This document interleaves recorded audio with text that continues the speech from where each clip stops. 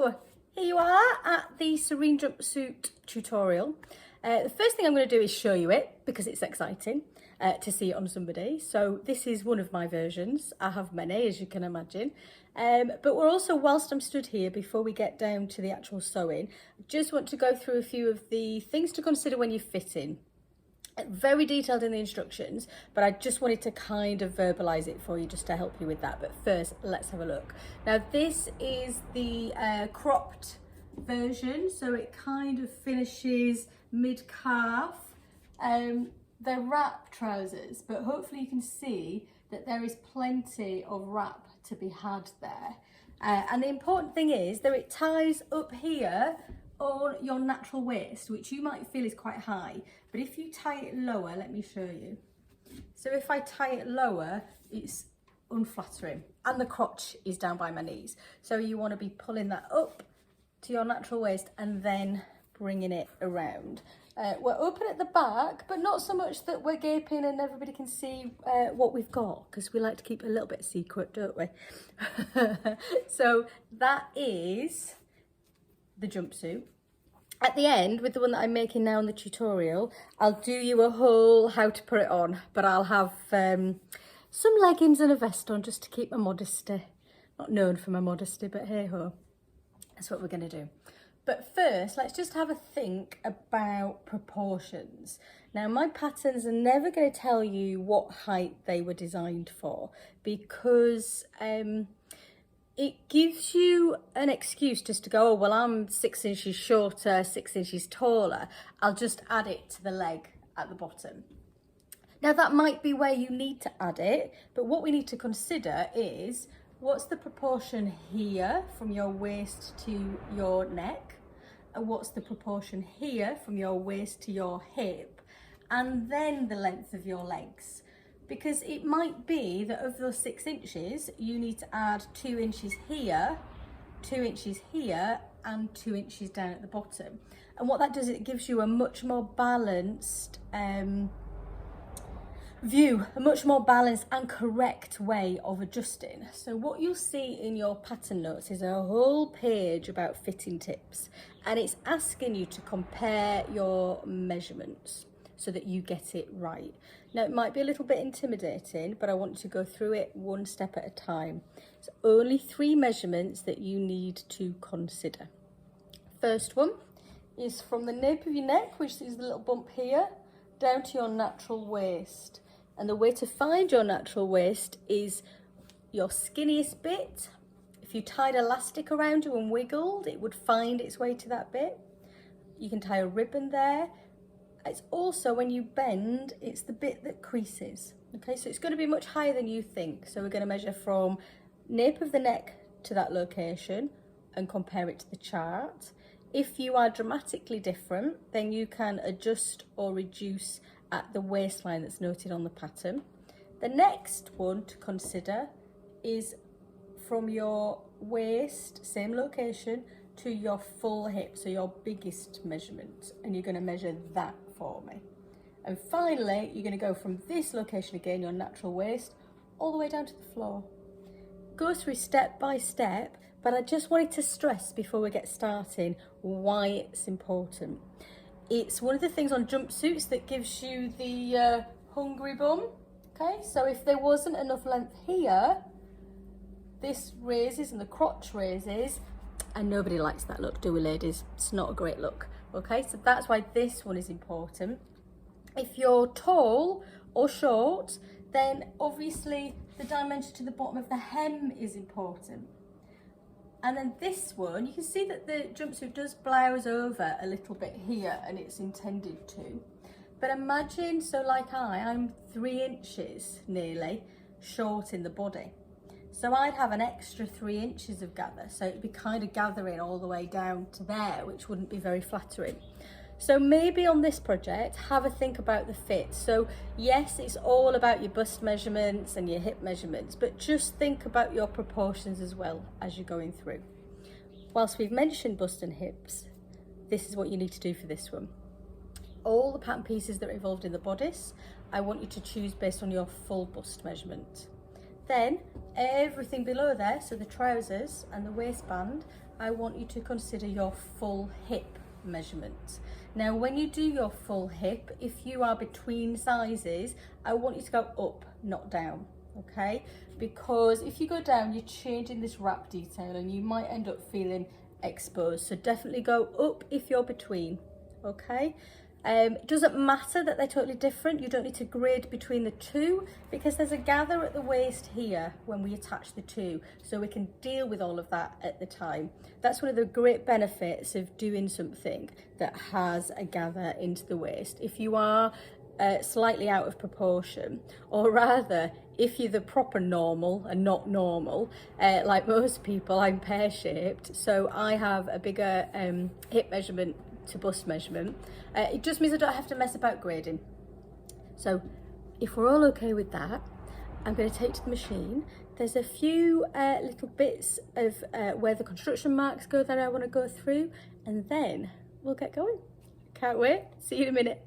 Okay, so there's a few things I want to go through before you start sewing. The first ones are the cutting layouts. I'm not going to go through each one because there's quite a few, but there are some different folding on there that may be unfamiliar to you. So sometimes the fabric's folded over just enough to fit a piece on, and then there's a single layer of fabric next to it. So just pay attention to that.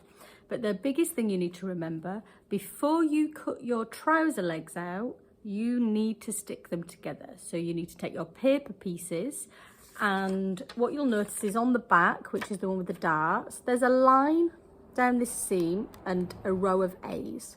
It's easier to do it small. Can't really get the view otherwise. And then on the front, you have a row of A's like this. So what you're going to do is you're going to take your front and you're going to overlap it onto the back so that this edge matches the line here, and you're going to tape it. So you're going to match at the crotch there, so it's all beautiful. And you're going to match at the bottom there along that line and tape it. From that moment on, that is what your trouser piece should look like. It's one piece. You'll have two of them, mirror images, but that is what you need it to look like. Okay, please don't cut your fabric before you've done that, and then you can go and cut everything out. There's a few marks and notches, so gently go around and have a look at where your notches are. I just wanted to make sure that the notches that the construction marks that you put on your button extension piece, which is the little square, so the buttonholes, there, can you see my green ones, bright green ones?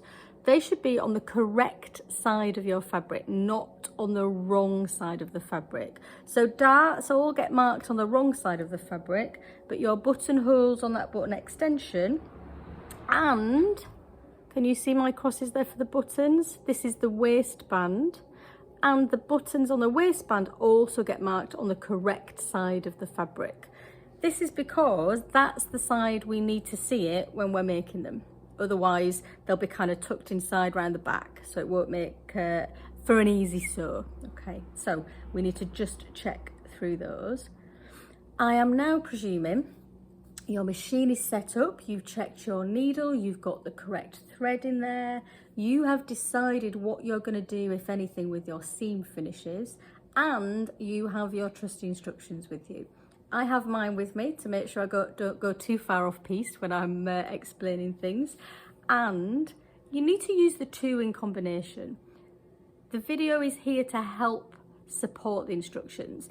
I hear lots of people saying they just use the video, and that's fine if that works.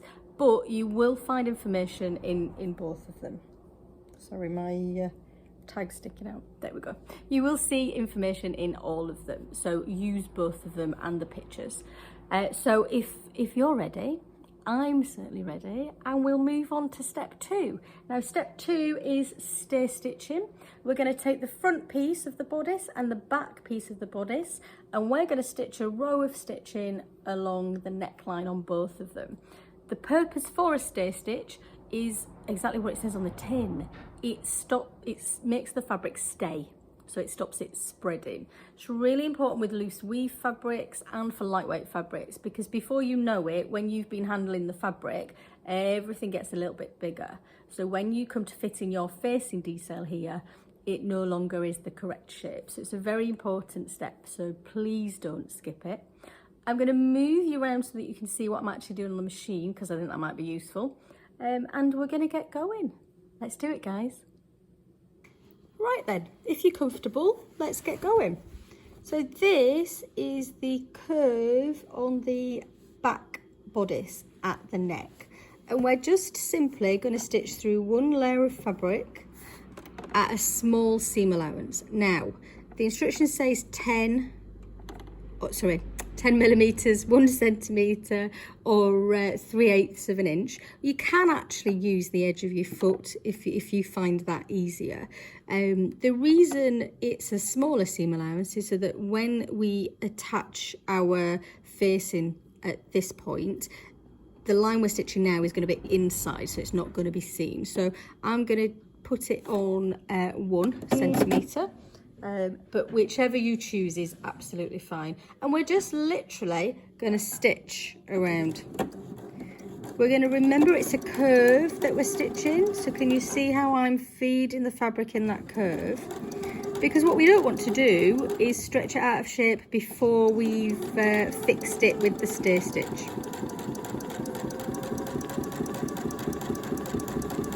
Now it is a step that I know lots of people do skip.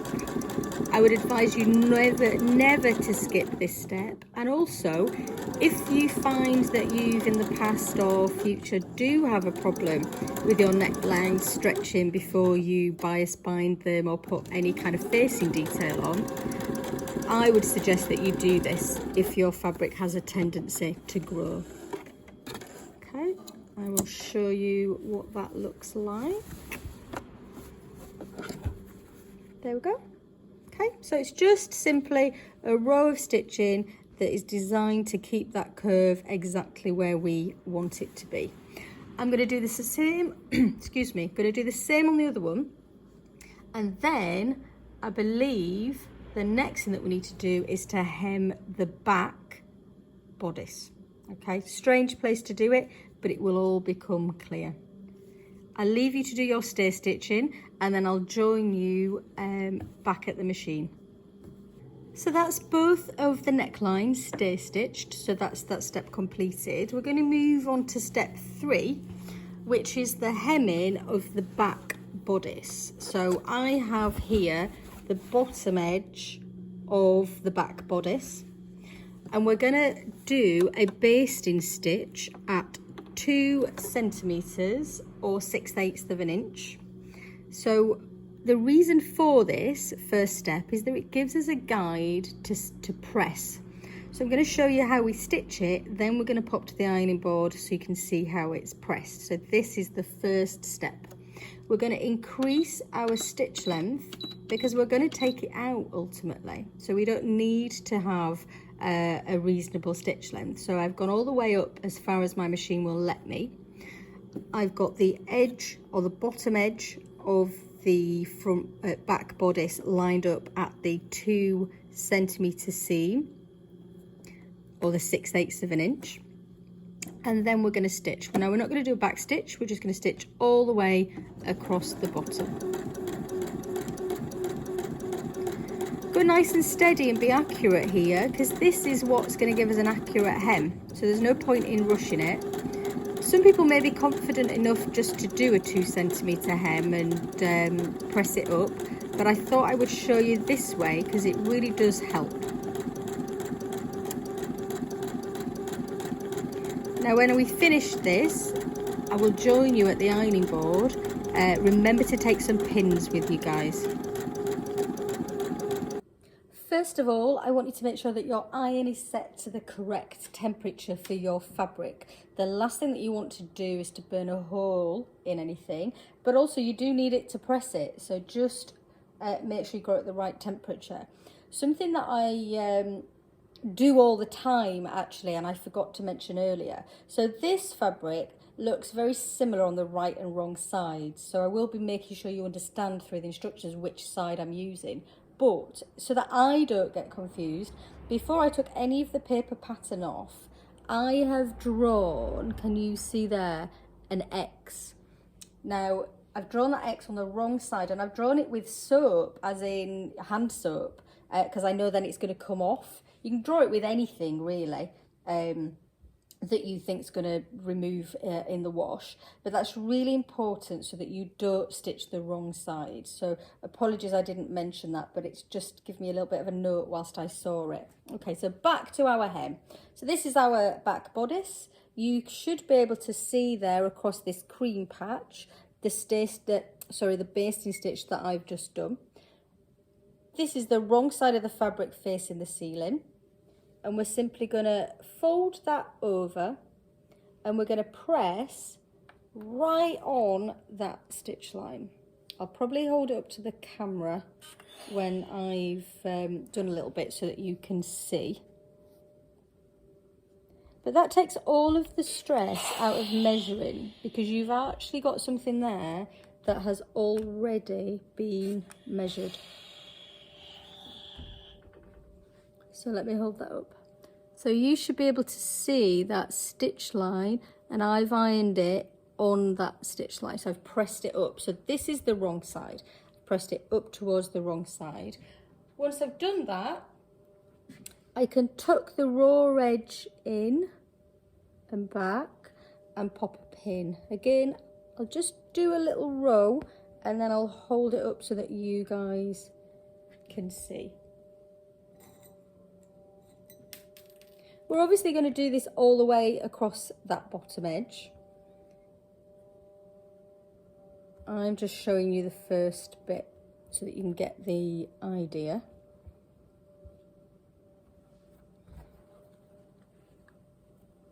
So you should be able to see there, I've tucked the raw edge in and I've popped a pin.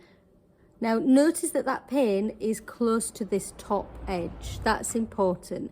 Think about what you're trying to stop. So you're trying to stop this turning back that way. So put a pin right close to that folded edge there. I'm going to leave you to do that all the way across the bottom. Once you've popped your pins there, just give it a quick iron with some steam. It flattens out all that fabric, sorry, so that the stitching is easier. But this is a moment really to say plastic headed pins are not always your best friend when it comes to dressmaking. Imagine if I'd used plastic headed pins and then pressed over them like I've just suggested. They're going to be stuck to your iron, they're going to be stuck to your fabric. So I would invest in either some glass headed pins if you need something to take a purchase of to take them out, or just use regular pins. Right, I'm going to finish this, as are you, and then we'll be back at the sewing machine to stitch it. Here is the hem that I was working on, and the pins are very close to this folded edge like we talked about. So this is only on the back bodice. We're not doing this to the front, only on the back bodice. I've changed my stitch length to 3.5. That's because this is going to be seen. And when you're doing a top stitch or a hemming or anything like that, anything that's going to be seen, it's actually really nice. It looks so much better if it's a 3.5 stitch length. So that's what we're going to go for. So take my first pin out. As always, we're going to do our back stitch, just a couple, and then we're off. So I'm just stitching close to this edge. So I put my pins close to this edge to stop it curling back over. I need to do exactly the same thing with my stitching. If I stitched here, then this bit is all going to flop back over. So just bear in mind the location that you're stitching needs to make sense. I'm going to continue to the end, as are you, and then we're going to do the darts. Now, if you've not done darts before, don't worry. All a dart is a straight row of stitching. We'll get you there. So once you've done this, I need you to take a hold of your bodice front. You need to have marked your darts on there, and then we can go for it. Okay, I'm hoping this camera angle works for you. What I have here in front of me is the front bodice, and the wrong side of the fabric, you can see my cross here, is facing the ceiling, okay? You can't see, but I will bring it closer. There are 2 darts marked. Again, they're on the wrong side of the fabric, and they're the triangle. I've actually drawn the line for the triangle. I'm gonna hold one up for you so that you can see. So hopefully, there you can see I have a line coming down here to the point and a line going up. So what we're gonna do is I'm gonna use this one because I think it's closer to you. I'm gonna take a hold of the point, and I'm gonna take a hold of the point here on that side seam, so the bit where the angle changes, and I'm gonna do that. So I've just folded it in half. Sorry, that way, folded it in half. Now that may not be accurate, so we do need to check. So the first thing I'm going to do is just pop a pin at that point. I will hold it up for you, and I'm going to check that the lines match up at the side seam too. So I have a pin there, and that's precisely at the point, and then at the other end I've put a pin on that green line, and what I'm checking is that the pin where it comes through is still on that green line, and it is. I think that's more luck than anything else. I think the sewing gods are on my side. So because we're happy there, I'm just going to keep popping pins along that dart line, and I'm going to be precise because then I'm going to just check on the other side that they're still on the line, and they are. Once I've done that, I'm just going to press it with the machine, so it will, with the iron, so it will make it easier. So bear with me.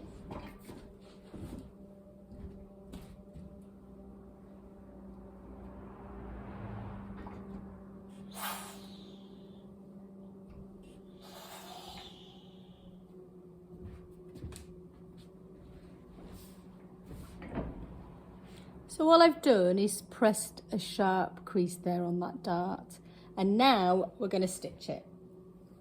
I'm going to bring you round because it's important that you understand how you stitch this dart, but once you've done one, you can get on with the other one.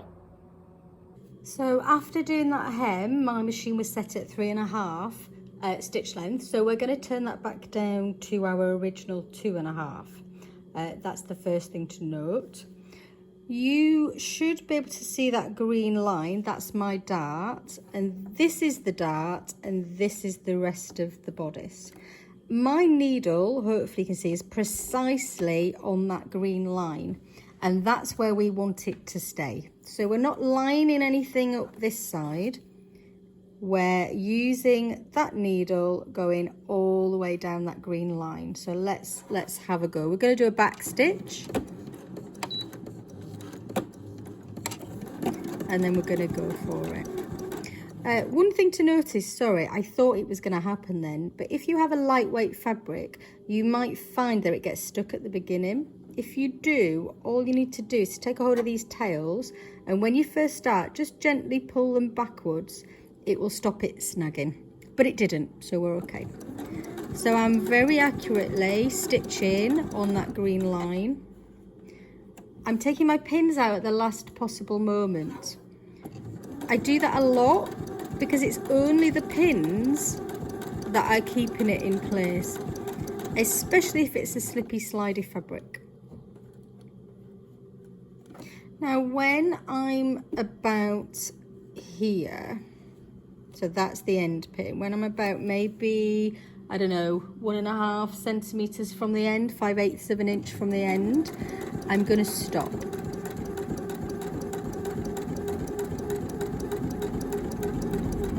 Okay, and what I'm going to do is I'm going to turn my stitch length down. Sorry about the traffic. I'm in the barn studio and it's harvest season, so all of the tractors are going up and down the lane, so I'll try and speak over them when that happens. But back to our sewing. So I'm going to turn our stitch length down to 1.5, and I'm going to do that until I'm maybe halfway. How can I explain that? Until I'm like maybe 1/2 centimetre from the end. Okay, then I'm going to turn it down to 1, and I'm going to stitch all the way off the end.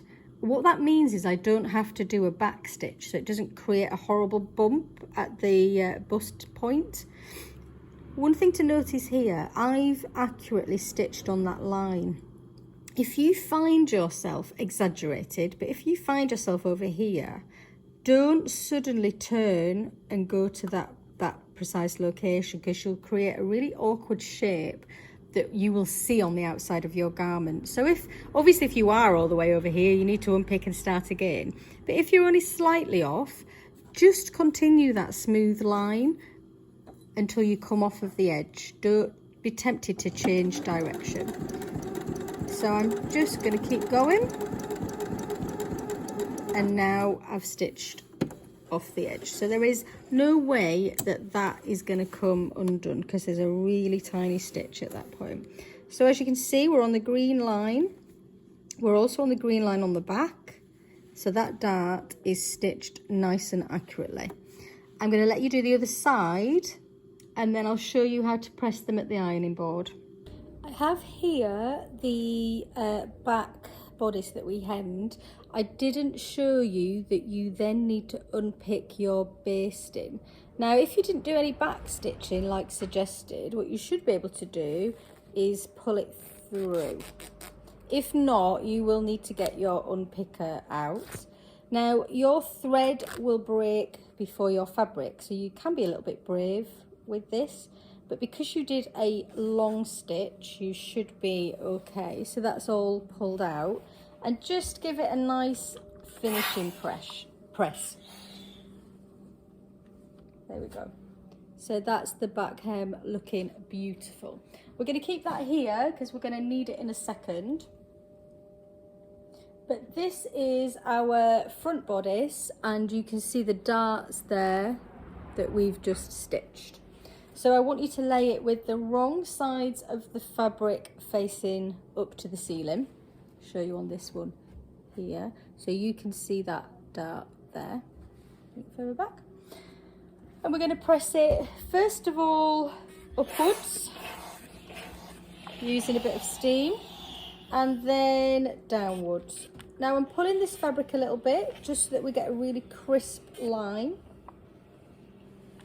When we've done that, we're going to flip it to the right side so we can't see the dart anymore.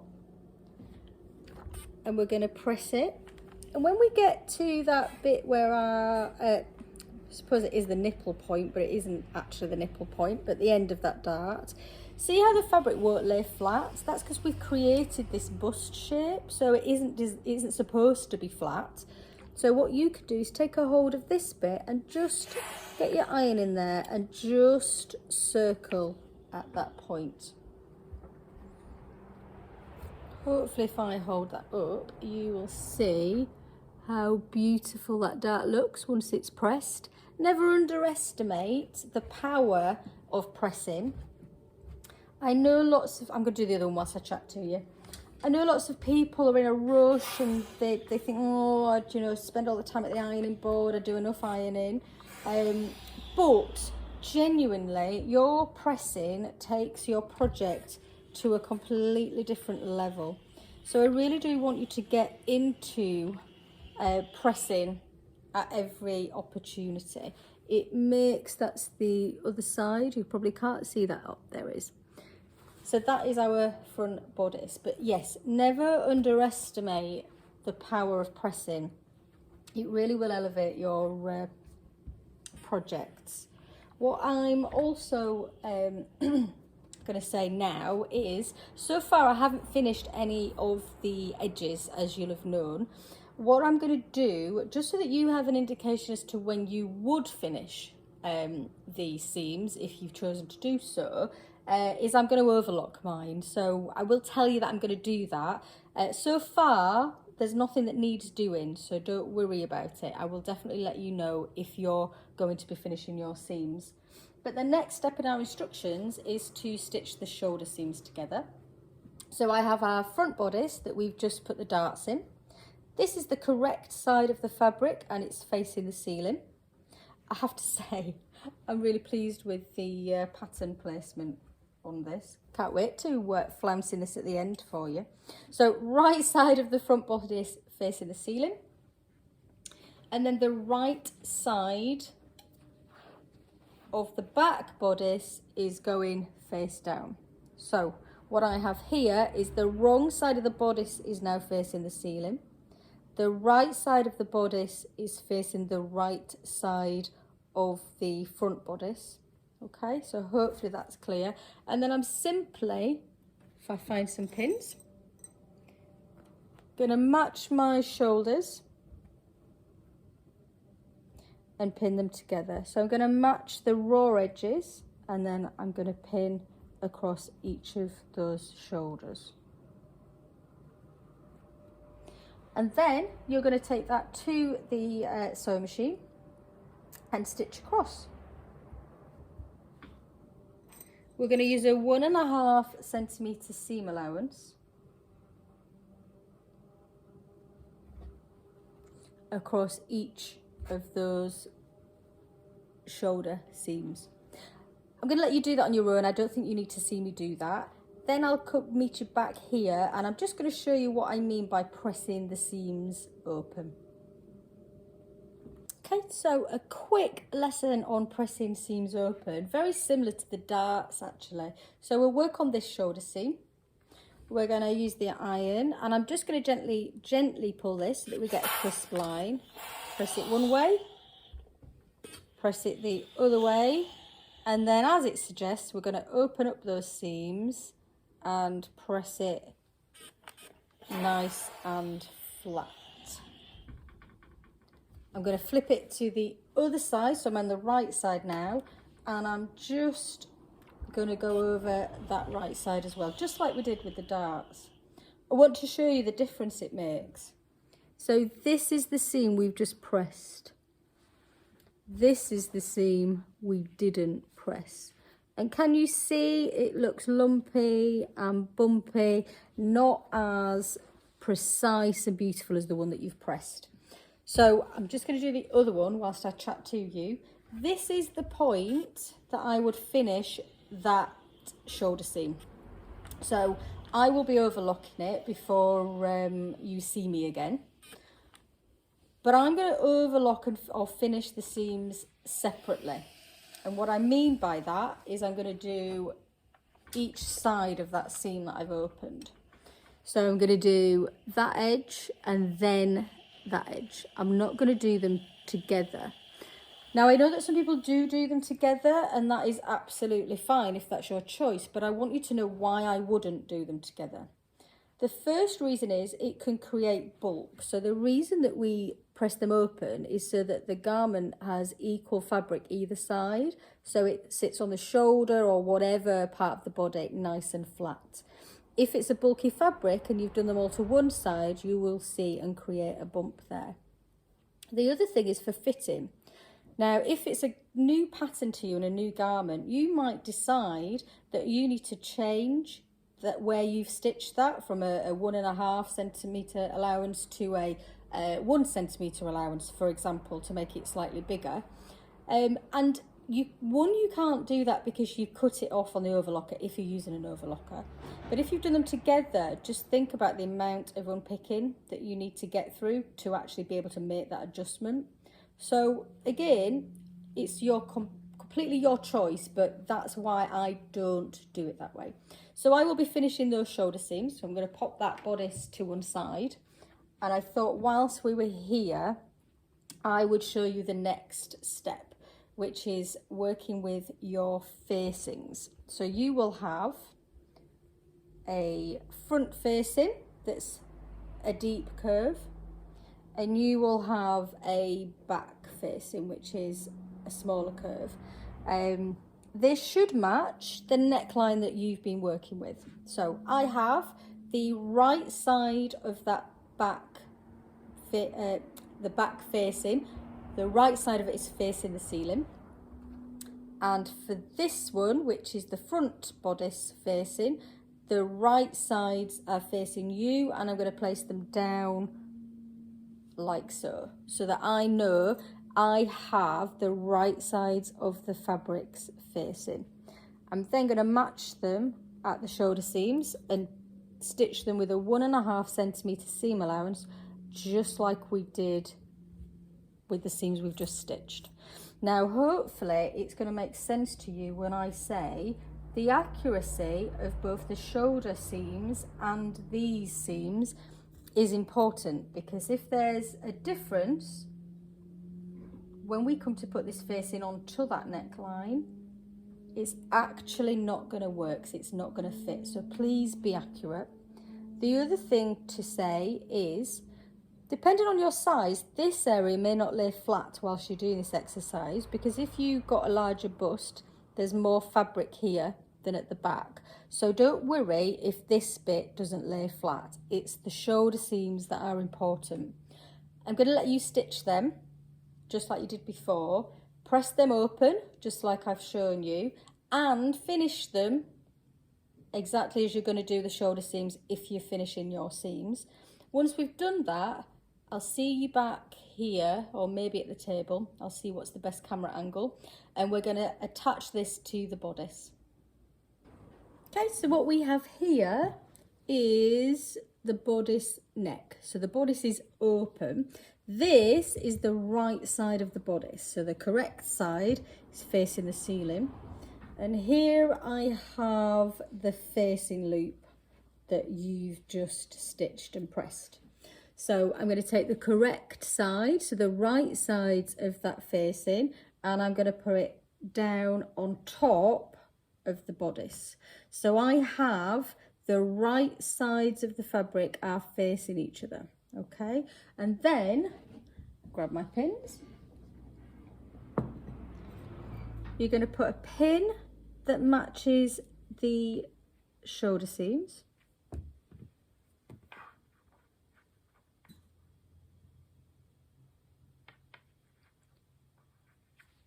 Like so, and then you're going to work your way around. So remember, these should be exactly the same size.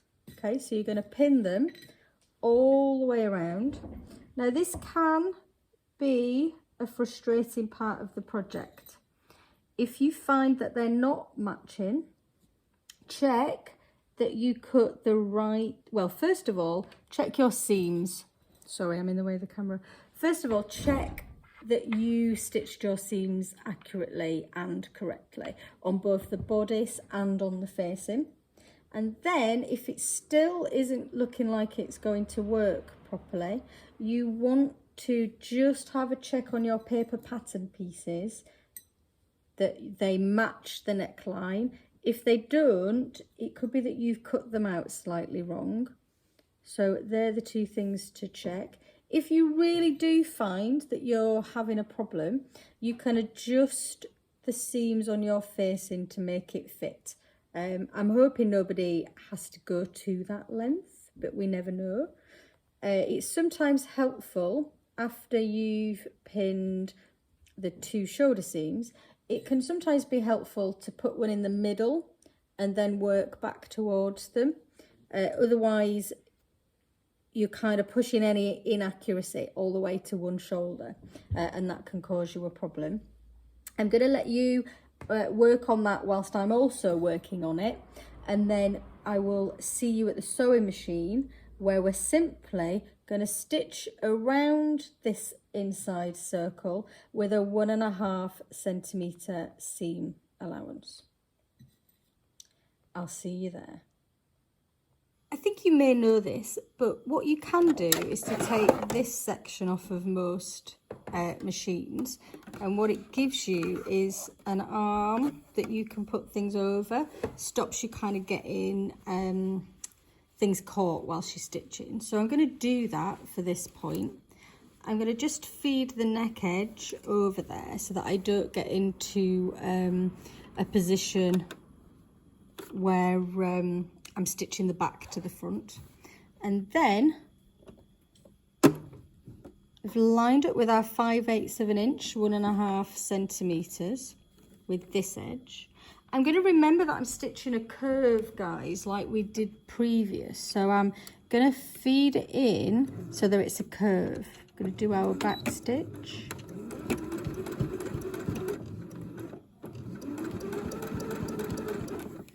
And we're just going to be working on a little bit at a time. There's no point in thinking that you can rush this, because before you know it, you'll be in a mess. So nice and steady. Notice I'm using my fingers to keep that facing where it's supposed to go, and we're just gently stitching all the way around. What I have just noticed, I haven't finished this outer edge, mainly because I'm an idiot and I don't read my own instructions. Who would have believed that I didn't read my own instructions? Sorry guys. So it's okay, we can go back and do it. So if you are finishing it, and I would suggest that everybody does this step, because this is really exposed because it's on the neck facing. So we're going to finish that. We can do it after we've done this, so don't worry about that.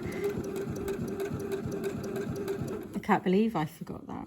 So as you can see, I keep rearranging the fabric, keep checking that there's nothing caught underneath. I keep pulling it from the bottom.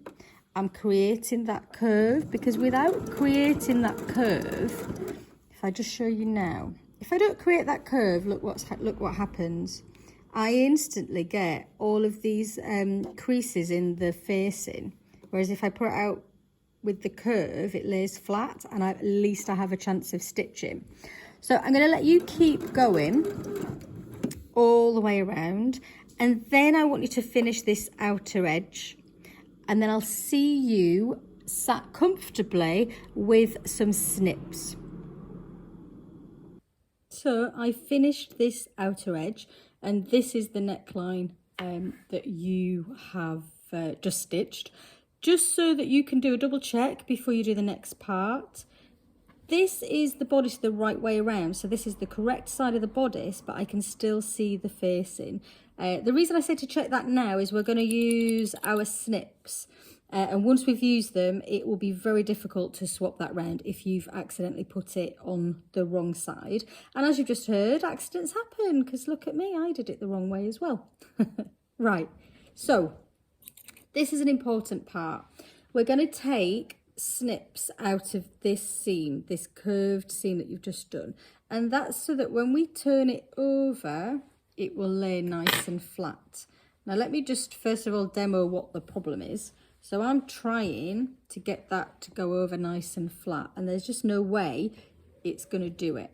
Okay, you can get away with it a little bit, but it just isn't going to do it. So what we're going to do is give it a little bit of help. And we need to be brave. I'm just going to bring this around so you can see where I am. And we're going to cut triangles out of the fabric. I'm just going to cut this one, and then I'm going to show you how brave I am being. Can you see how close to that stitch line I am going? If you're not going to go that close, you may as well not bother doing this, because it's not going to give you the outcome that you want. We are releasing the fabric on that stitch line so that it can move. So we do have to be brave. Be very careful, because you don't want to go through the stitch line, which is why these are really good, because these snips, you have control right to the end of the blade, and they're really sharp, so you can kind of ensure that you're not going to go over it. Now I've just done a few here at the front, and I've done them around about 2 centimeters, 6/8 of an inch apart. You're going to do this all the way around, but just so that I can show you the difference that it makes, I'm going to do the same thing. So I'm going to turn this over, and hopefully you can already see how it's starting to make that lovely curved shape. So I really do need you to be brave with this, guys, but brave and careful. Once you've gone all the way around, I then want you to trim the seam by half. So let me just show you what I mean. So that's where we've done our snips. I then just want you to take a half of it away. So it's just reducing the bulk at that point.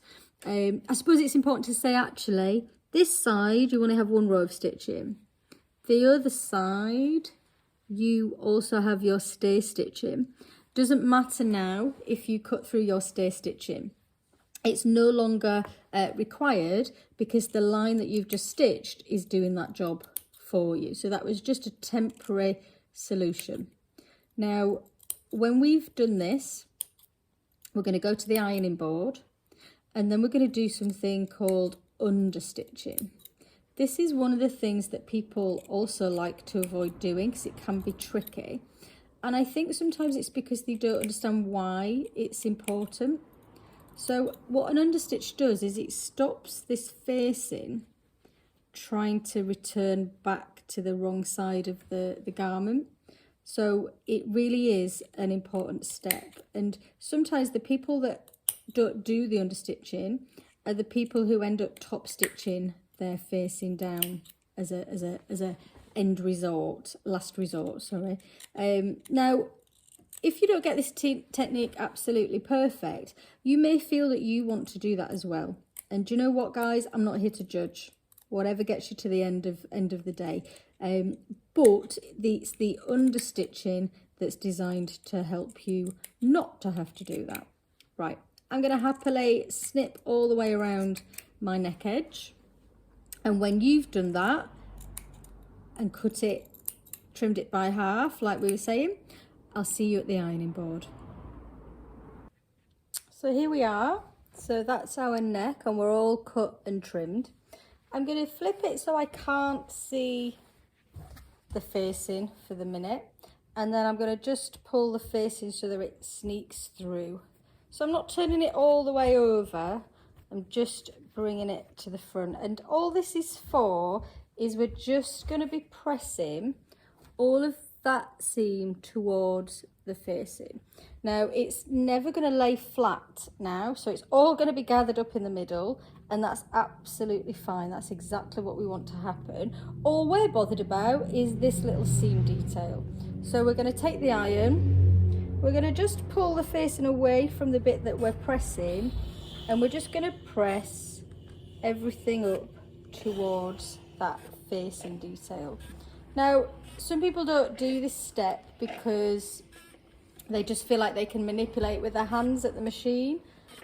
I just think it's just helpful, certainly when you're starting out, to give it a little bit of a press.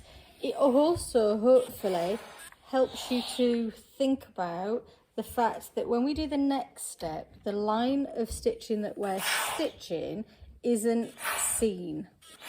So by pressing this all towards the facing, I'm hoping is going to just get it into your mind that we're stitching the seam allowance to the facing, not to the front. So what we're going to be doing, if we can get the right angle, we're going to be stitching all of this up onto the facing. I'll show you a bit more at the machine. So here we are. So this is the shoulder of the bodice. This is the facing. You can tell because this is the edge that I finished. And this is our seam that we've pressed. So I'm going to put my foot down so that the needle is just on the left hand side, so just onto the seam, so definitely not on the bodice. And then we're simply going to stitch all the way around. We're going to keep moving this facing because it still won't lay flat, so let me show you what I mean by that. So nice and steady.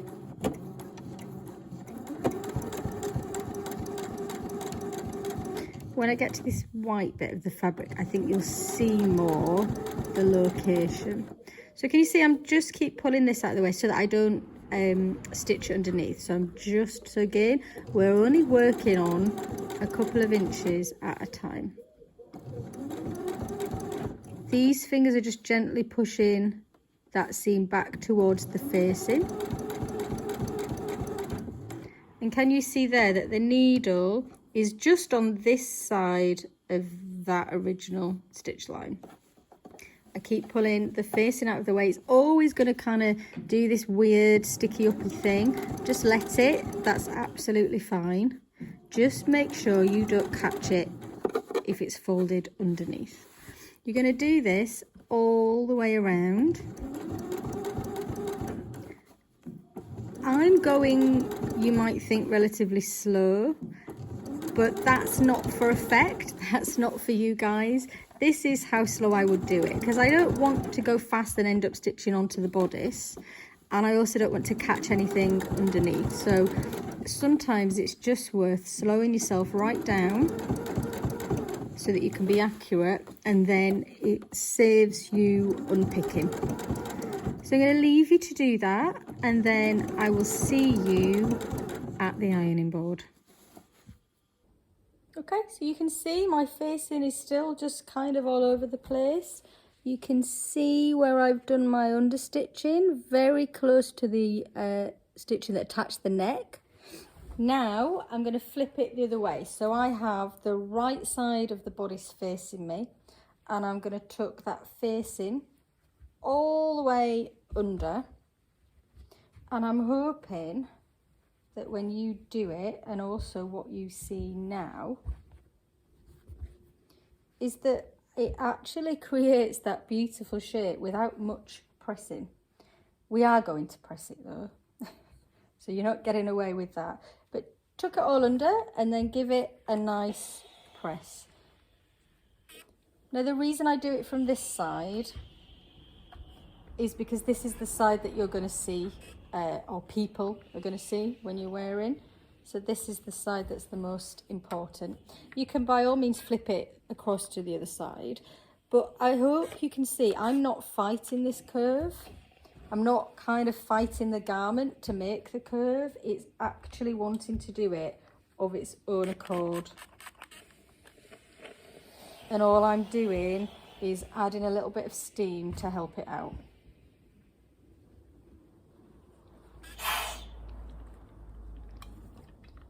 Okay, let me hold that up for you.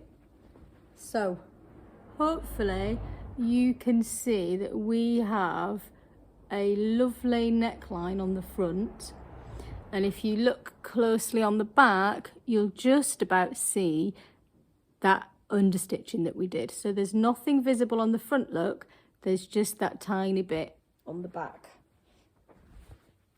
Now that's been very involved up to that point, guys, but look at what you've achieved. You've done a fantastic job. Now we're going to start seeing progress, because that's all what would be described as a finishing detail. But now we're going to go and start making real progress. So we're going to pin our side seams, and we're going to go right sides together. So the right sides of the fabric are facing each other. We're going to match at the underarm, and we're going to pin all the way down. What you'll notice is that there is a little notch on your side seam. I've got my snips because I've realised it's not a very big notch for you to see on camera. So let me just make it a little bit bigger. There we go. And what should happen is the bodice back that you hemmed should line up with that notch. So let me show you. So let's put it in context. So your bodice is now inside out, as you can see, because you can see the facing. I have pinned under the arm down that side seam, and when I've got to the bottom, can you see that notch lines up with that hemmed back bodice? I want you to do that on the other side too. And then you can simply stitch all the way down with a 1.5 centimetre seam allowance, 5/8 of an inch. I keep forgetting to mention inches, I am sorry. I guess it's just habit of using centimetres, The instructions I have updated to have inches all the way through as well. Hopefully that's helpful. I just can't update my brain somehow. It's just stuck with the old centimetres. So again, I'm going to match it with the notch down at the bottom. Now, when you've stitched these, I want you to press them open. Under no circumstances finish these seams together, because if you do, you're going to have a real problem attaching your ties. So if you are going to finish these seams, you definitely need to do them separately and not together. So that's your first warning, guys, to avoid doing any unpicking. Now, once we've done that, I think our next step is sleeves. So don't panic. I'm here. We're going to do it nice and gently together. But pretty much then your bodice is almost finished. How cool is that? I just wanted to show you what I meant about those side seams. So this is how I finished them. So I finished them separately, and I haven't cut anything off at the bottom here, because that little bit is what we're going to attach our tie to in a later step. So we need to just be careful that we don't reduce that in any way, and that it's not fixed together with the other one. A little note that some people might want to do is they may want to hand stitch. Just put a pin in. You may just want to hand stitch that little seam on the back out of the way. It may or may not just peek through when you're wearing it. So what you might want to do, if I get the angle right, is just to fold it back and pin it and just tack it out of the way. Because otherwise, if I show you the other side, when you're wearing it, you might find that it just peeks through. But that's an option if you want to do that. I'm going to do that now. So I will do that before I show you the next step. And then I got excited because I thought the next step was all about the sleeves, but there's a step between. So what we're going to do is put a gather stitch on this bottom section. There is a little bit in the instructions about if you chose a separate, a different size bodice to top, etc. So it can be a little bit involved. Basically, most of the time you do need to do this step. There are just a couple of occasions when you don't, so just have a read through the instructions. It really will depend on the sizes that you chose for each of them, but I'm going to show you how to do this step because it's dead easy, and then I promise we're going to go on to the sleeves. Okay, let's get this gather done then. So I am working on the bottom of the front bodice here, so from side seam to side seam. For those of you who are eagle-eyed, you'll see I have bright green thread. It's really helpful if you have a different colour thread for these types of things. You may not want to change your thread, but it does help. So I've gone for bright green so that we can see it. I have my stitch length at the biggest stitch length that I can have. And I'm starting 1.5 centimetres, 5/8 of an inch in from that overlocked side seam. I'm doing the first row at 1 centimetre or 6/8 of an inch. Oh, 3/8 of an inch, sorry. And we're going to run it all the way down the edge. So there's nothing exciting about it. We're not doing any back stitching. We're just going to run it all the way down to the other side.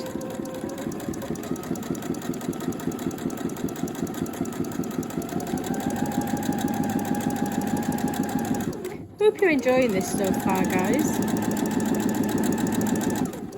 It can be tricky at times, this project. We really do need to have accurate stitching.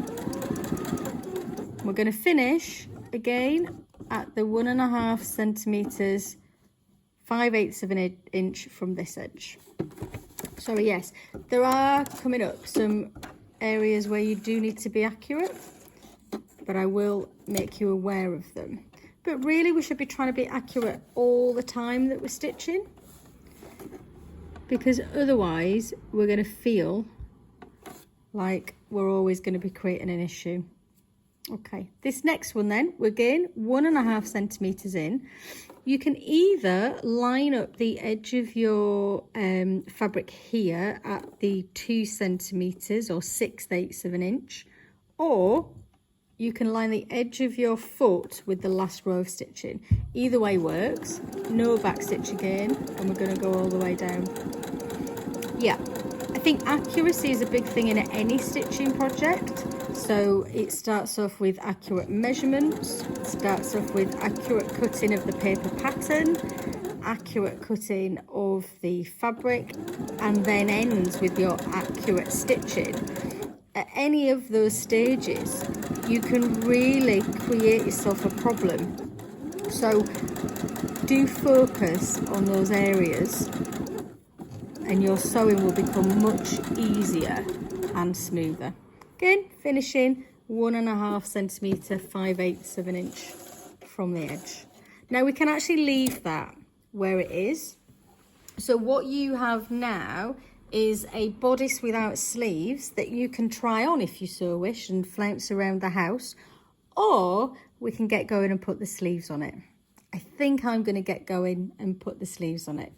I'm going to change the camera angle so that you can see me, and I'm also going to pop the correct colour thread back into the machine. What we have here then is one of the sleeves. The right side of the fabric is facing the ceiling, and we're simply going to bring the side seams across and we're going to pin. Once I've pinned, I just want to show you one of the little quirks on here and try and explain why it's important. So let me pop the pins in. So you'll notice that it's shaped with this kick detail, and you need to stitch it with that in mind, so your stitch line will follow that kick detail. And the reason being, just going to move that pin actually, that will help me illustrate. The reason being is eventually we're going to fold this hem up, and this part of the sleeve is shaped, so if we tried to fold it up we'd have some fabric missing. So let me show you what I mean. So let's imagine we fold that hem up, and can you see how it now follows that curve? Whereas if that was straight, let's just make that straight, so we've got rid of the kick, and then we fold it. Can you see we have some fabric missing here? So it actually won't sit flat. So I really want you to pay attention when you're stitching, and I want you to stitch that kick. So I'm just going to show you a quick, easy way of doing that, or a technique as to what you should be doing. And then I want you to repeat on the other sleeve. Press the seams open and finish if you so wish. And then we'll take a look at how we actually turn that hem up. Okay, so the machine is set back at the 2.5 length stitch, and I'm just approaching this kick here. I got something, let me, hopefully you can see where that kick is here. Okay, I move that whilst I'm stitching. So I'm going to come down, I've got this edge on the 1.5 centimeter seam allowance, and I think I'm about opposite there. So I'm going to lift my foot up and spin it round, and then I can check whether this section's lining up. As luck would have it, it is. If it wasn't, you can simply turn it back again, do one more stitch or go backwards, and then bring it forward. It's easier to stop short rather than long, and then you can spin it round and off you go. Now I'm going to let you do this on the other sleeve. I want you to press them open like we've been shown, and finish the seams if you so wish, and then I will see you at the ironing board. This is a very similar process to when we hemmed the back, although we haven't done the basting stitch. You can do that basting stitch if you find it easier, but with this being a smaller section, it may not be necessary. But what I want you to do, so this is the seam that we've stitched. This bit's the armhole, and this is the hem that we're working on. I want you to turn over 2.5 centimeters. So I want you to measure it accurately. Sorry, I forgot to bring my pins. I want you to measure it accurately, and then you can pin it in place. I want you to do that all the way around. So 2.5. And when you've done that, you can give it a good old press. And you're just gonna make permanent the crease for that hem.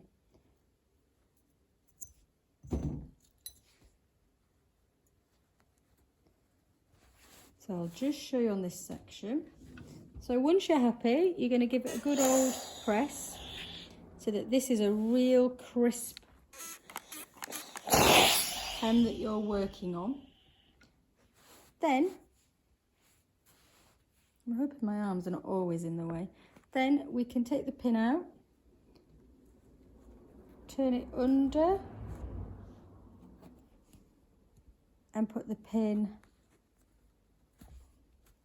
back in. Once we've done that all the way round, we can give it another quick press to make sure everything is nice and flat.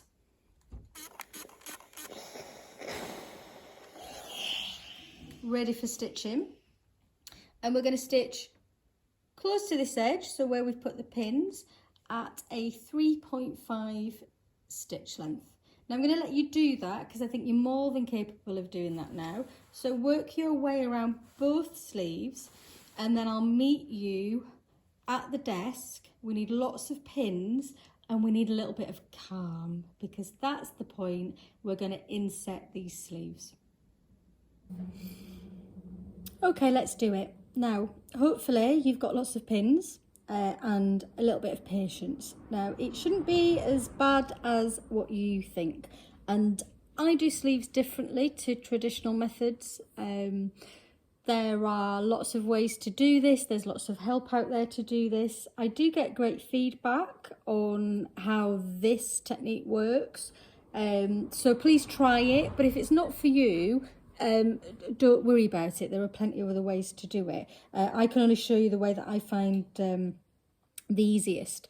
I have my bodice inside out and I have my sleeves the right way round. What I have done, just to help you visualize this, and you may find this useful too, is on the inside of the sleeves, can you see I have drawn in green chalk. Gosh, these lights are terrible. There, green chalk. I have drawn the stitch line. So that is 1.5 centimeters in from that raw edge. I just think it might help you visualize this more, because what we're doing when we're doing a sleeve is we are matching the stitch lines, not the edges of the fabric. Okay, it'll become clear when I get something in my hand to show you. But essentially, we're taking a flat piece of fabric and we're doing that with it. Okay, so we're taking it from a big line, a big distance, to a smaller distance here. So there's going to be ripples in the fabric at this point on the shoulder. So that's why everybody gets a little bit stressed about it. But let's go for it. First of all, just double check that you have your notches. On each sleeve, you should have a notch at the top that marks the shoulder.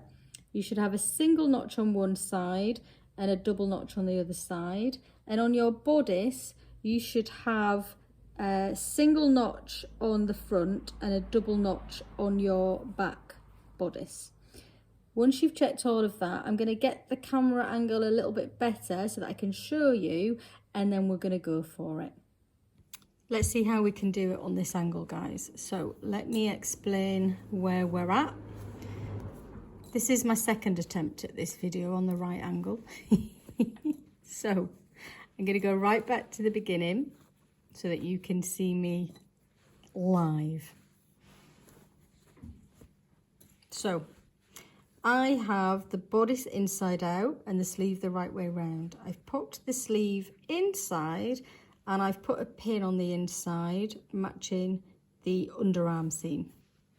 I'm then going to just check I have the right seam by following along here and checking that I have 2 single notches, which I do.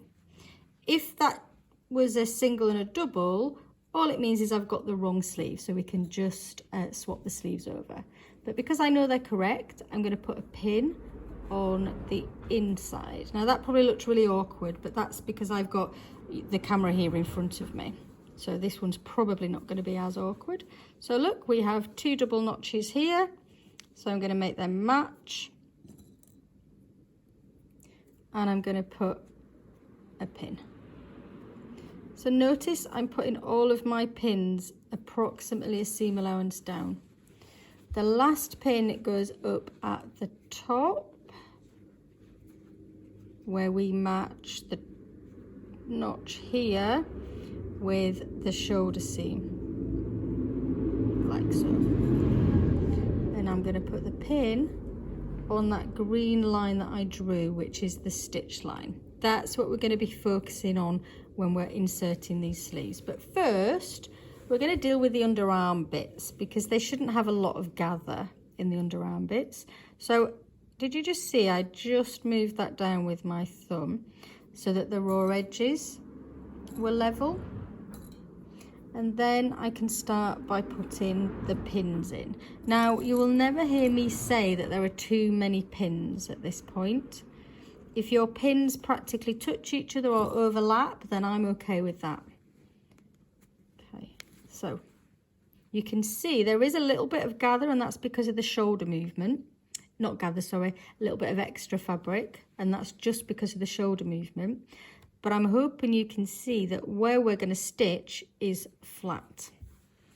I'm going to do exactly the same then from the underarm seam here to that single notch. So we're just going to bring it down with our thumbs. Sometimes once you've brought it down with your thumbs, you might want to put a pin in the middle first, and then you can work on either side of it. But hopefully you can see that that bit shouldn't cause you too much trouble. Now, as I go on to do the next bits, that's when it gets tricksy. But I just want to kind of put a warning on here.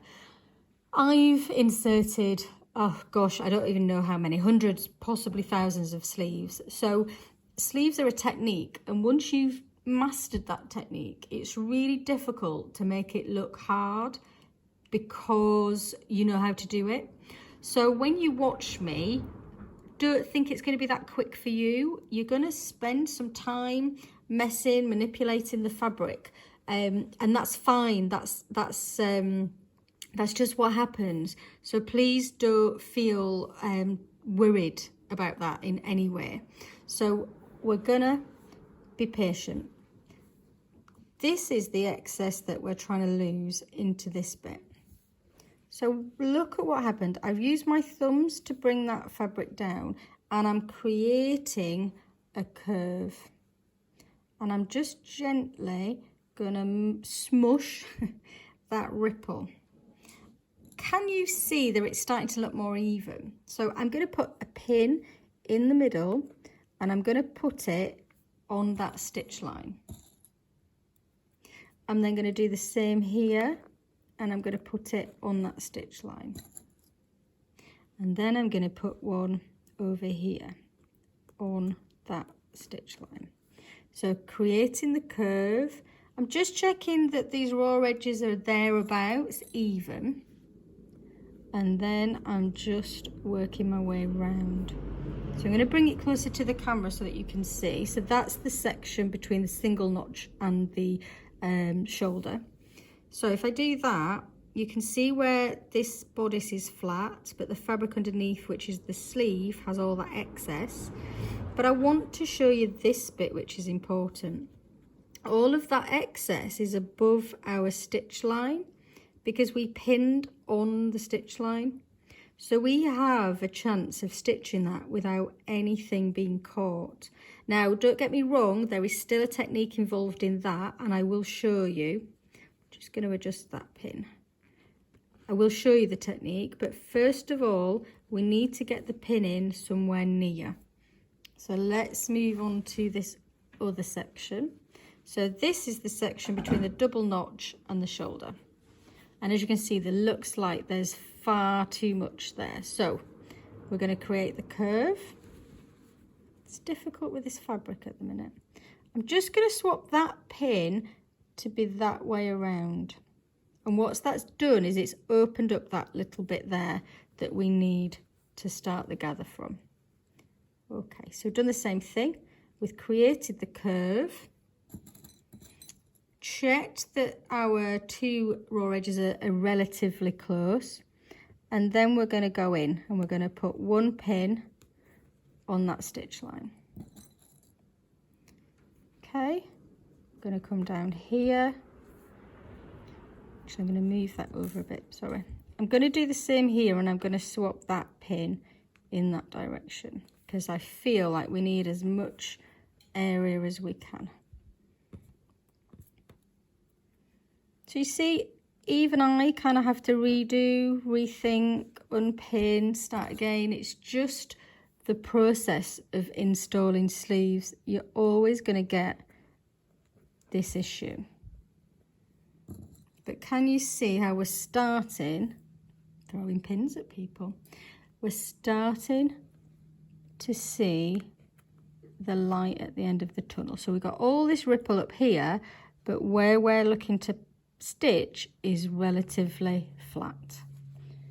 Now I've still got a big bit here, so I think I'm going to take them out. I'm going to restart, and I'm going to just bring that in there.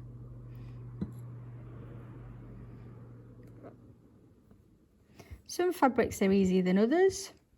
Some patterns are easier than others. Some don't have as much gather. Pin doesn't want to go in. Some don't have as much ease, sorry, up here on the sleeve head. Some have much more. So it is kind of a designer choice. But as a designer, you do need to make it so that it is got ease up here, because otherwise you can't create that fitted element onto the shoulder. Okay, I think with a little bit of manipulation, I am almost ready. I'm hoping by showing you that stitch line technique, it gives you some confidence as to where to pin. So let's just see. So you've got all that excess. I've done it in front of you so that you can see I haven't gone away and changed anything. We've managed to ease all that excess in. And then if you have a look where we're going to stitch on that green line, we don't have any lumps and bumps. All of that excess is transferred into that seam allowance. So what it looks like then in its entirety, can you see all of these ripples? And that's all the excess, but take a look from this angle and you'll see that the bodice is nice and smooth. Now, that's going to take some time. It's going to take some patience. It might be something that you could, this is the time when you have a pause and you come back with a fresher mind. But really persevere and see how you get on. When you've pinned one in, I'll meet you at the machine and I'll show you the technique for stitching. So hopefully you have managed to get that flat stitch line. I really don't want you to start stitching here at this point until you have, because if you haven't got the pinning right, there's no way that you're going to get the stitching right. So please don't think, oh, that'll do, because the chances are it won't do and you're going to get cross with it. So only start the stitching when you're really happy with your pinning. Just to show you where I'm at, this is the sleeve opening. So can you see where inside is all above the machine? I haven't slotted it onto the machine. And that's because we want to see these problems when they arise. And the only way we can do that is by stitching it like this. Also, when we had to curve the fabric to the shape it's going to hang in order to pin it. We may have to do a little bit of that here, so you may see me when I'm stitching sort of pull up this way so that I'm creating that curve. Also, you'll notice that my fingers are constantly checking and smoothing fabric. And then the last thing is that I will take the pins out at the very last minute. Now I'm going to try and do this without my fingers getting in the way. Apologies if they do. I might not be able to help it all of the time, but I will stop and start so that you can see what I'm up to. We're going to go slow and steady. There is absolutely no purpose of going fast with this because you're going to regret it. So I'm starting under the arm, and we'll do the flattish sections first. Notice I'm letting the fabric be a curve. I put my stitch length back to 2.5. And we're going. So I'm going to pull that around. I'm going to take my pin out at the last moment. Then I'm going to pull this fabric back over so that we have the curve that we're trying to stitch.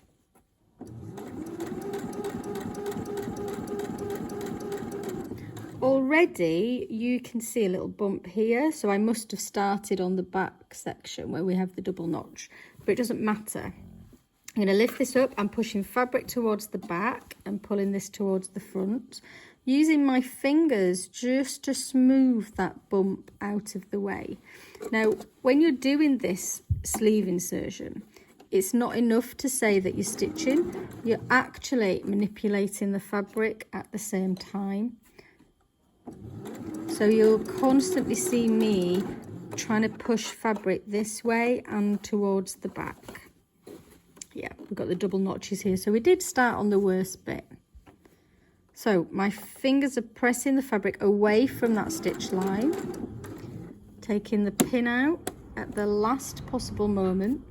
And I'm going to get to a point here where I need this to curve upwards like that, so that where I'm stitching has a chance of being flat.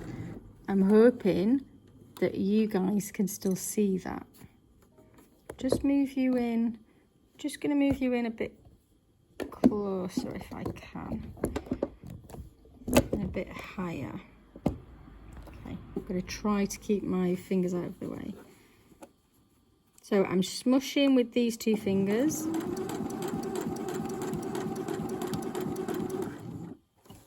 I'm always putting my needle down when I stop before I start manipulating the fabric.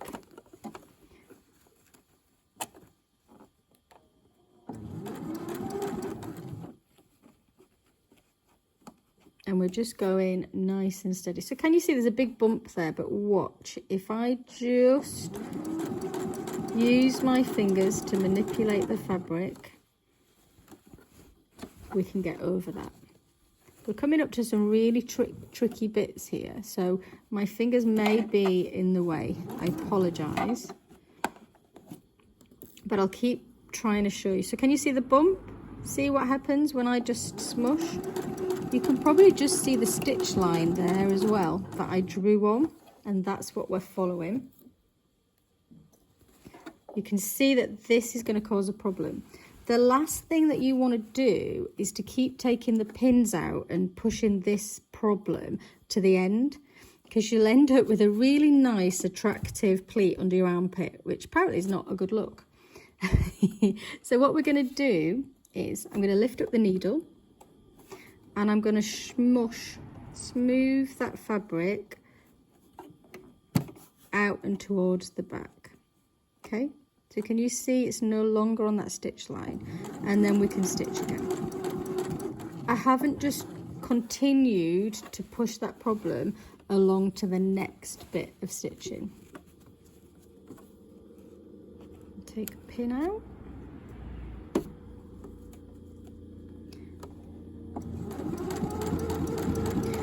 Again, this is another thing that I'm doing in real time. I'm not doing this slower because I'm trying to show you it. I wouldn't be able to do this much faster because I would end up with kinks and pleats all over the place. So do trust me.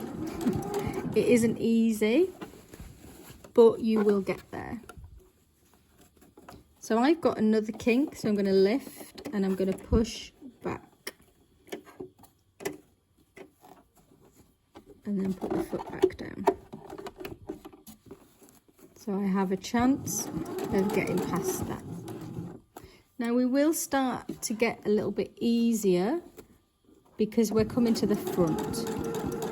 And the front doesn't have as much problems because it doesn't have as much ease in the fabric. So I'm continuing the same things. I'm just getting my hands in the right position. So I'm allowing the fabric to curve upwards here so that it's easier to get eases in the right place. My fingers are constantly checking underneath that I haven't left any ripples, any pleats, any puckers. And then I'm gently stitching. So hopefully you can see by the fact that the process has speeded up slightly, that this side is easier. And then I go and put a pin in the wrong direction just to, you know, challenge myself. So now this is all the way over here and I want to bring it over this side so that I can allow it to be the curve that it's cut to.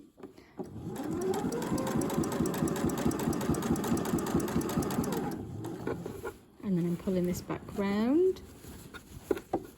And it's about stopping, pausing, making sure that you're happy that all of the fabric is where it needs to be underneath.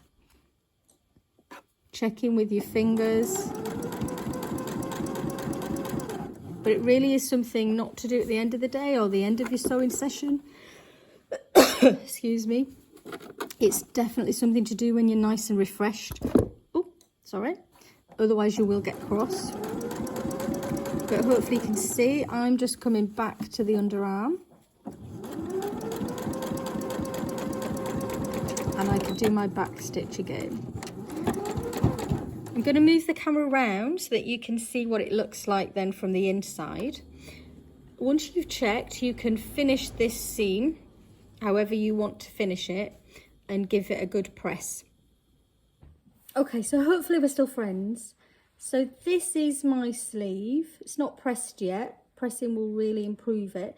But I've checked all the way around that I haven't got any nips or tucks. If you have, you don't have to unpick it all. Maybe unpick an inch either side and then ease it back in. But a good old press will really make a big difference to that. I'm going to press all of the seams towards the bodice. And then you can finish them. Now, if you are finishing them, you can finish these ones together. I'll let you do that. And then we have a little detail to do with the facing, which I will show you at the ironing board. So I've given everything a really good press, but I'm inside out now, and I just wanted to show you the next step. So let's just orientate ourselves. So this is the bodice, and this is the sleeve that I installed. This is the front. So we're just looking at the shoulder. So this is the sleeve, that's the seam we've just finished, and this is the facing. And all I want you to do is to pin the facing accurately to the shoulder seam, making sure it's all nice and flat, because we're just going to stitch along that seam, stitch in the ditch as they call it, so that it doesn't flap when we're wearing it. So I'll see you back at the sewing machine and we can get that done. So that's the inside that we have just pinned. Now I can turn it this way around. I can see where that pin is. So I'm just going to put a pin on this side and I can get rid of that one. The reason we put the first one there was so that we knew that we were in the right place, but we're actually going to stitch on this side. So we're going to pop it on the machine like so. I'm going to put accurately the needle right in that seam. Now I'm going to put you closer so that you can see where I'm at.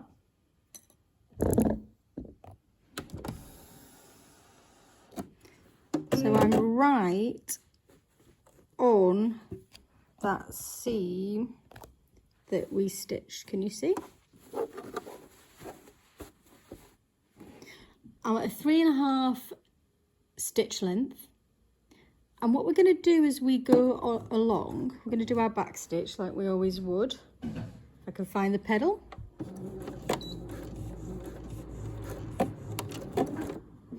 And then, as I take the pins out, I'm just going to gently part the seam. Now you have to be accurate. It doesn't help that I'm using black thread and this happens to be a cream part of the pattern. But your aim is to stitch right in the centre of that seam. And by just gently parting, the theory is that your stitches disappear.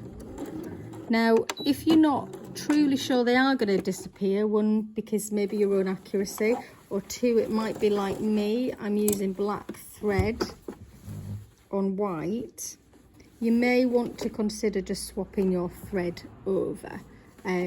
But all you're doing is you're just catching your facing detail down. Now, what I may do is unpick this, because I forgot I had the black thread, and redo it in a cream. But you can see what the process is, and you're going to do that to either shoulder so that your facing is all stitched in place. Okay, we have one more step, I think, and then we can pop the bodice to one side and start on the Firstly, well done, your sleeves are done, looks beautiful. You actually have a really lovely bodice that you can admire. We've just got couple of things to do on this bodice and then we can move on to the trousers. Lots more familiar territory for some time there on the trousers, but this step is a little bit tricky. So some people when they were testing couldn't really figure out what it is they wanted me to do, so I'm just going to spend some time explaining this so that you don't struggle. So we have the bodice here in front of us, so the neck is up at the top and the sleeves are here. So this is the side seam. As you can see, we've got the front facing us with the right way round, and you can see our gather stitch here. So what I want you to do is to just pay attention to the side seam. So I'm just gonna do that so you know where I'm looking. So remember, we had the back is finished and hemmed, and then we had this little bit of an overlap here, and this is the bit we're going to attach the tie to. First thing we're going to do is to move all that gather stitch out of the way. Now I've cut a different coloured tie here so that it's very clear front and back, because this is too similar. But what I want you to recognise is that your ties were too long to cut in any kind of direction with the pattern that might be on your fabric. So they were all cut at 90 degrees to the selvage edge. So there's no way that your pattern is going to be the right way round. But this is your ties, so it doesn't really matter. So don't worry too much about it.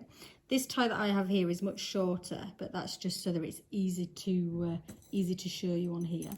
So what I want you to do is to take your tie, and I want you to take any tie, it doesn't matter, and I want you to place it with the right sides down. I'm just matching it along the bottom there, right sides together. And you'll see that the notch happens to coincide with where this finished edge comes in, and the notch that was on the bodice side. Once you've done that, all I want you to do is to pin below that notch. So let me just pop a couple of pins in.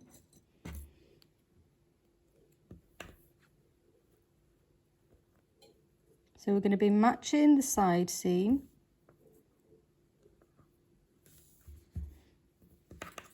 Sorry.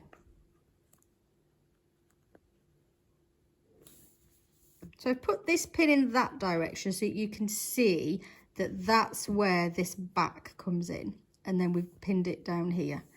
At this point, if you like, you can quickly pull it over and you can see what the pattern direction looks like, and you may decide that you're happier if you turn it around, and that's absolutely fine. There's a notch on the other side as well, but that's what we're looking at.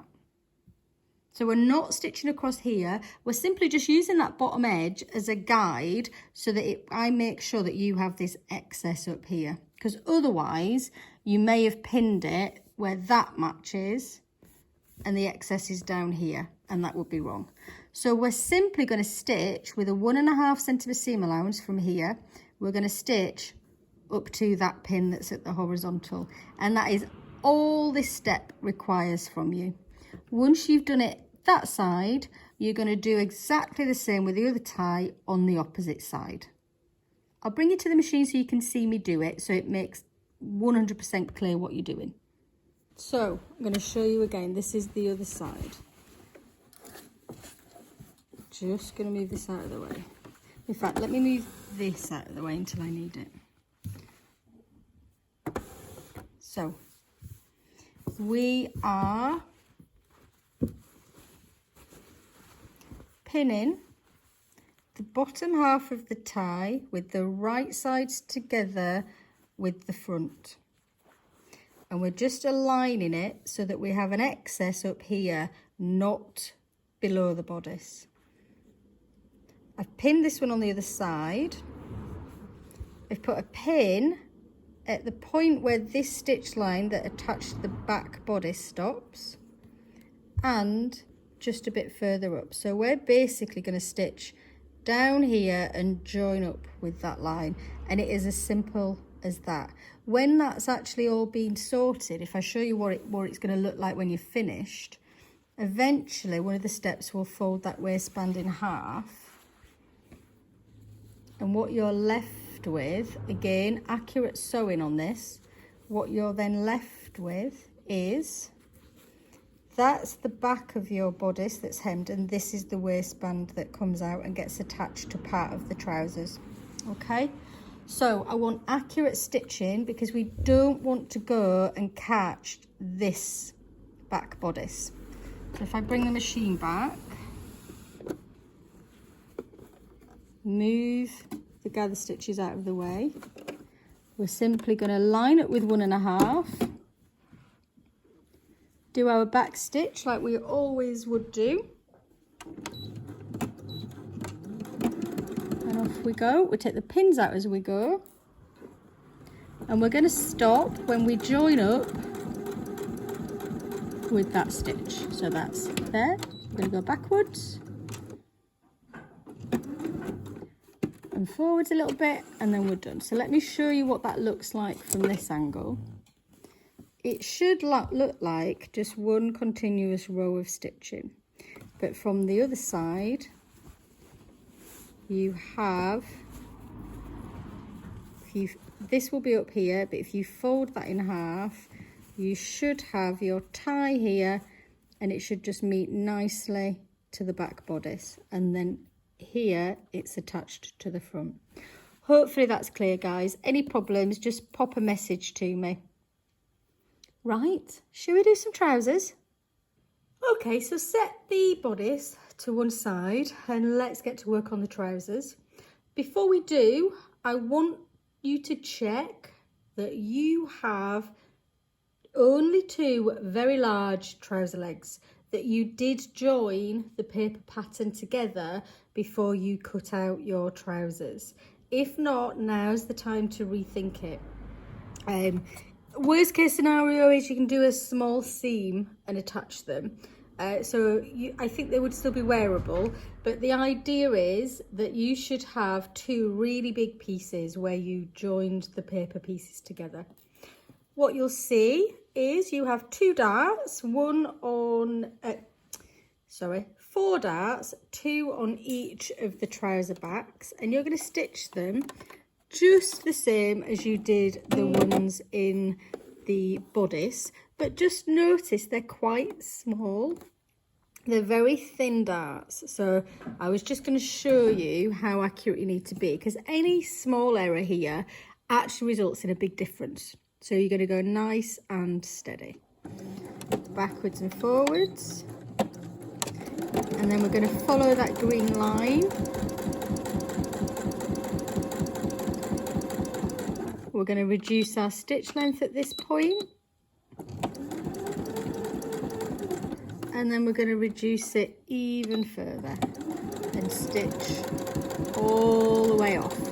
Remember, we're not going to change direction if we feel like we've missed that point at the end. We're just going to keep going nice and steady. So you can see they're only small. So you're going to have 4 of those to do. I'm going to leave you to do them and press them. And then I want you to meet me at a big table where we have both of those big trouser legs. So that's all my darts done, all 4 of them. There are none on the front, they're just 2 on each side of the back legs, and they're all pressed. So I don't know if I told you, but I'm doing the longer version of the jumpsuit today. So as you can see, there's quite a lot of fabric in the legs that I have. But the one on the table is laid, and this is the right side of the fabric and it's facing the ceiling. I've got the other one here, and I'm going to bring that across and I'm going to lay it down. So now I have the right sides of the fabric facing each other. What I need you to check is that your darts, if I move this, your darts are both on the same side. So my darts are here and then there's one here. If you haven't got that arrangement, what you've done is accidentally cut out 2 of the same leg, and that can happen if you don't read the cutting layouts properly. So when you cut them out, you need to make sure that you've done a mirror image of each other. So flip your pattern the other way round. I'm sure you've got to this stage and there is no problems, but if you have discovered that that's one of your problems, then that's how you can deal with it. Now, what we're going to do here, and I've started, is we're going to pin the crotch all the way on that U shape here. There were some notches that you can match. So there will have been 2 notches at the back and 1 at the front. So you can match the notches, 1 there and 1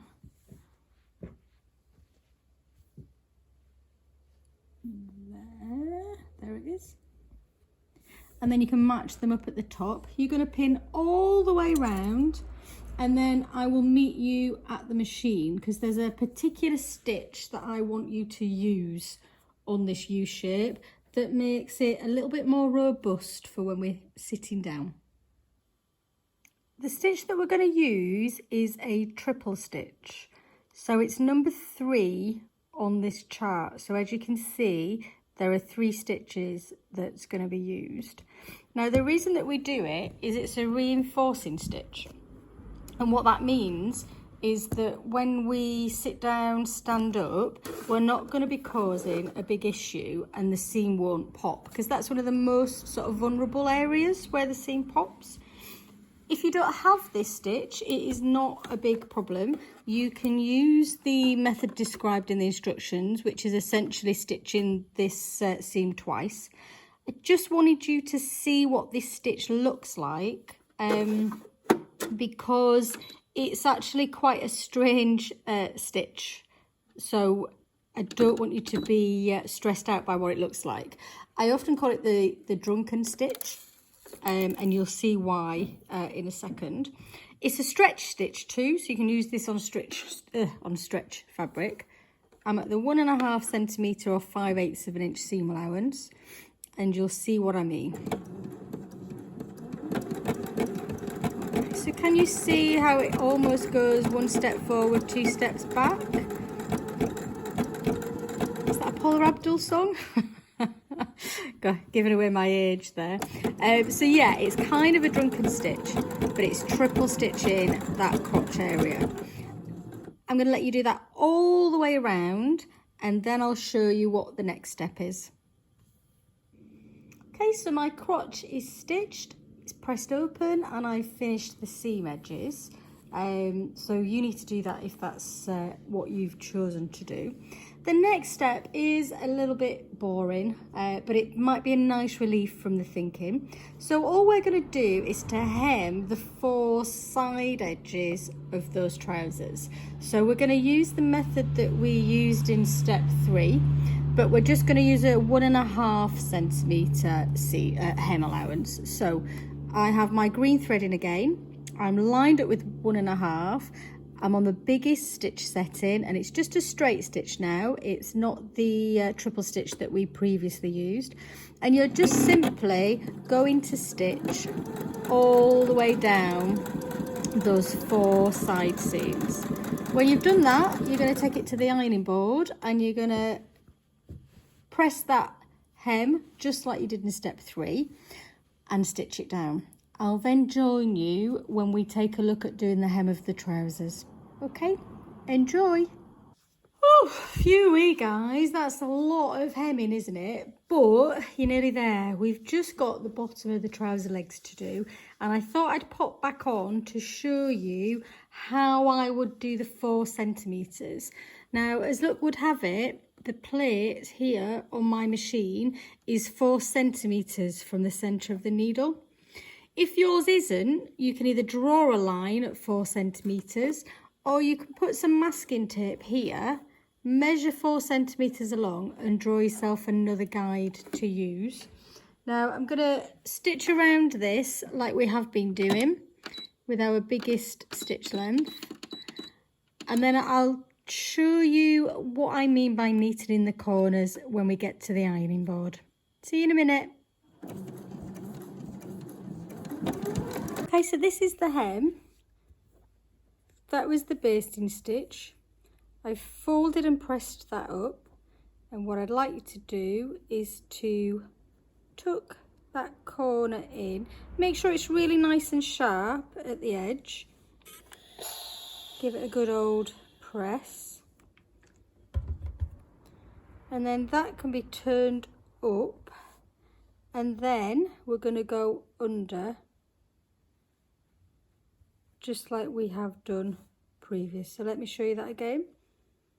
So we've pressed up, we've pressed that corner in, we've taken it all the way up, made sure this is nice and neat, and then just like we have all the time, we've tucked that raw edge all the way in.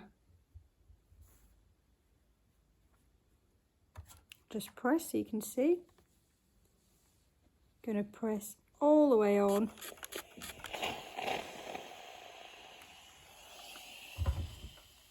Put some pins in, and when we actually start stitching this hem, what I'd like to do is to start at this edge and just go all the way across. So once you've done those 2 big hems, the remaining parts are the waistbands and finishing off the ties. So it's quite involved because we've got buttonholes to look forward to, we've got buttons to press on. So hopefully you're ready for it, and I'll see you then. So now is a chance to check whether you cut and stuck your interfacing to your waistband and to your buttonhole extension. If you didn't, let's do it together now. So you will see, I'm hoping this comes out on camera, that there is a twinkly side to this interfacing.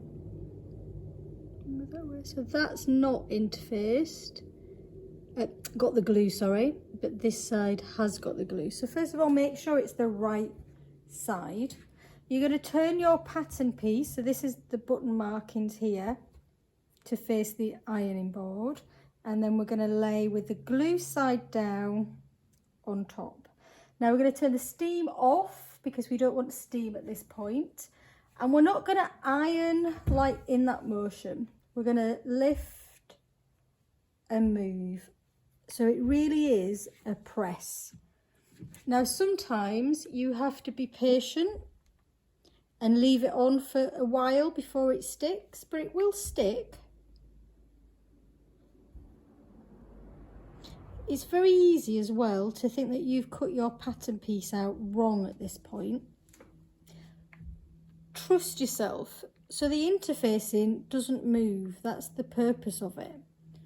So you need to manipulate your fabric so that it fits the shape. So you're sort of just pushing it back into the shape you wanted it to be.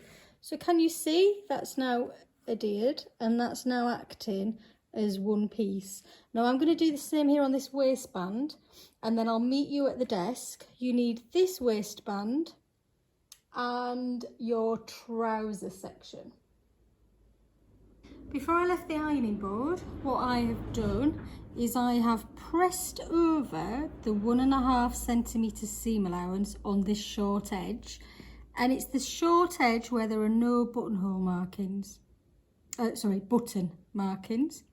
I've then pressed over again by the 1.5 centimetres. I've done it all the way along, and the long edge, and it's the long edge that doesn't have the notch. So you'll see here, you see there, lift it up, there is the notch. Can't see that, can you? There you go, there is the notch, and there's none on this edge. So this is pressed all the way across. Once you've done that, you need to take a hold of your trousers, and we're looking at the back of the trousers. So it's the section that has the darts, okay?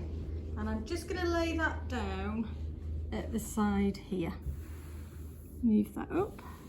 So what you can see there across here is the top of the back. So we know it's the back because we've got the darts over here. And once we've got that, we're going to take our waistband and we're going to move it down. And the notch that we talked about, we're going to pin and match with the centre seam here.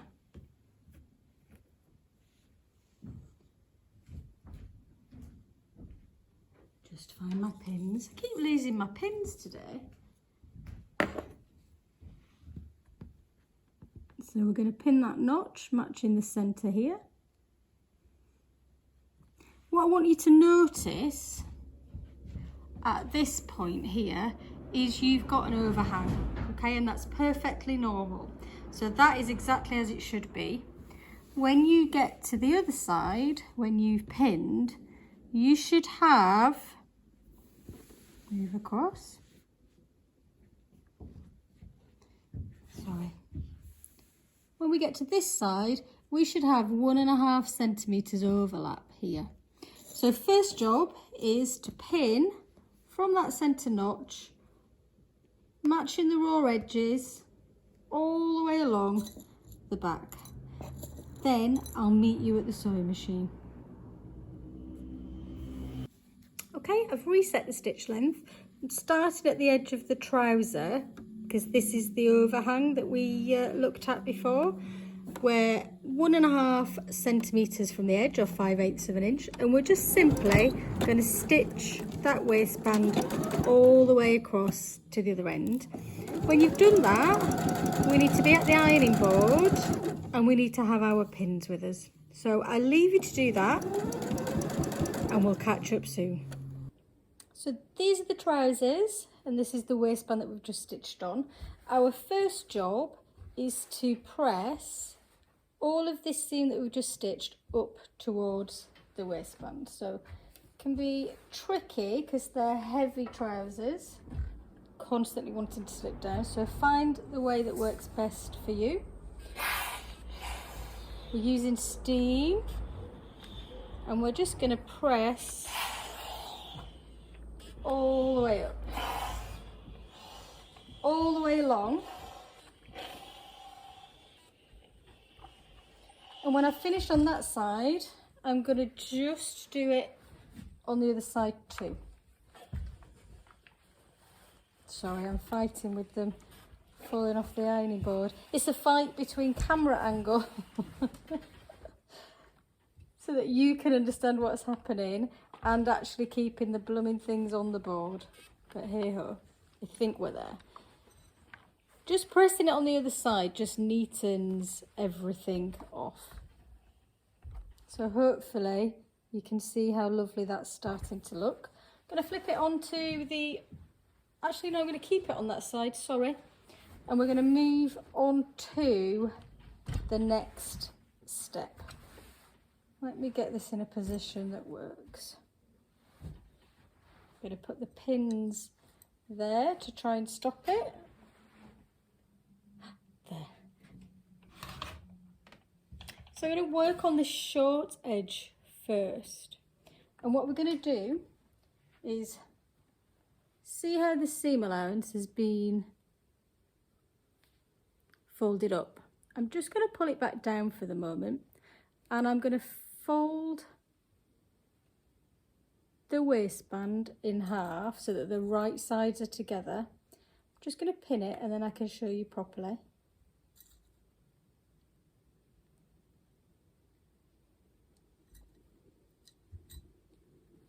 So that we're looking at this from the right sides of the fabric. So your trousers are here. We've unfolded those seam allowances so that they're down, and we've folded that waistband in half so you can see the interfacing, and then we've just pinned it in place. Okay, hold that thought, and we're going to work on the other side, and then we'll be going back to the ironing board.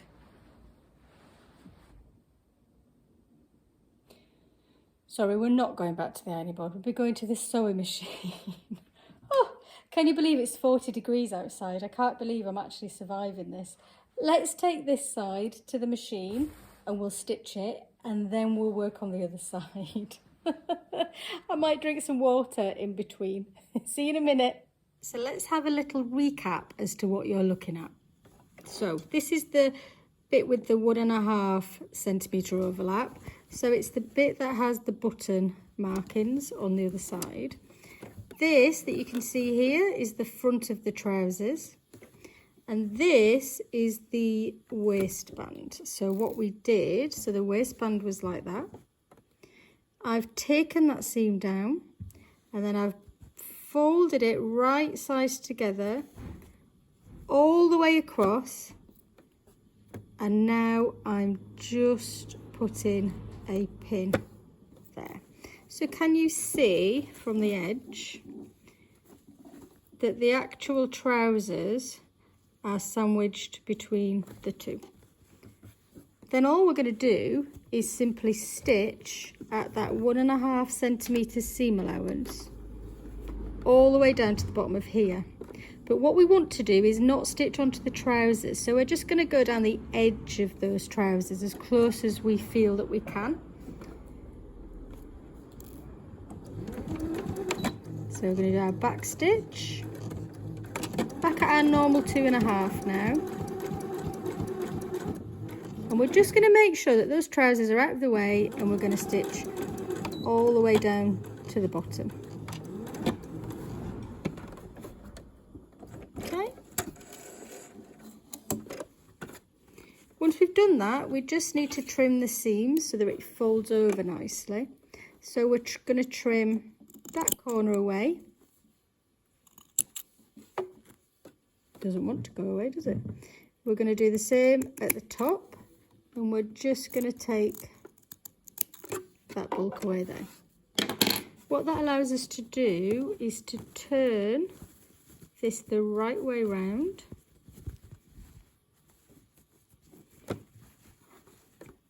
and we have a lovely waistband. Okay, now we're going to leave that at that point, and we're going to work on the opposite side. So I'm going to go back to the ironing board to show you how that bit works. So we're going to do a really similar thing on this other side. So this is the side that has the long section, and we're at the front of the trouser. So we're going to unfold, the seam allowance at the top, but we're going to keep that short edge folded in like that. So we're going to unfold top and bottom and then bring those ends together. So let me just put a pin there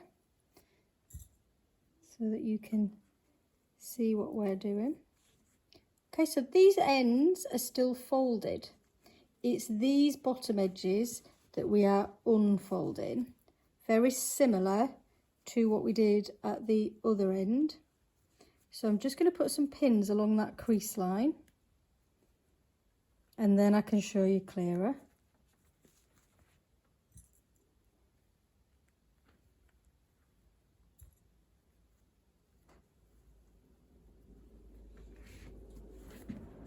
Okay, so this is the front of the trousers here, which is sandwiched between those two pieces. So the seam allowances along this long edge are all pushed down, but we still have this edge turned in. And what we're going to do is we're going to stitch from here up to where the bulk of that trouser is. So again, we're not going to go beyond onto the trouser, we're going to stop when we feel that bump there.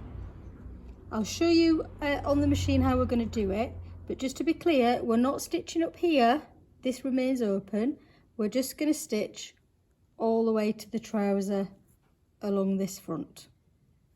So we're back at the machine, and what you can see here, so this is the trouser, this is the crease, and this is the short edge that's still folded over. So we're not going to do any stitching up here, we're just going from the edge at the 1.5 centimetre seam allowance, and we're going to stop, let me put a pin, we're going to stop there, because that's where the trouser is. So we're not going over the trouser. So as normal, we're going to do our back stitch, and we're going to come all the way down. I may have confused you by working in the opposite way. So I actually have seam guides on this side of my foot as well as that side. If you don't, that's not a problem. Just switch and do it on the other side. Pop your pins on the other side.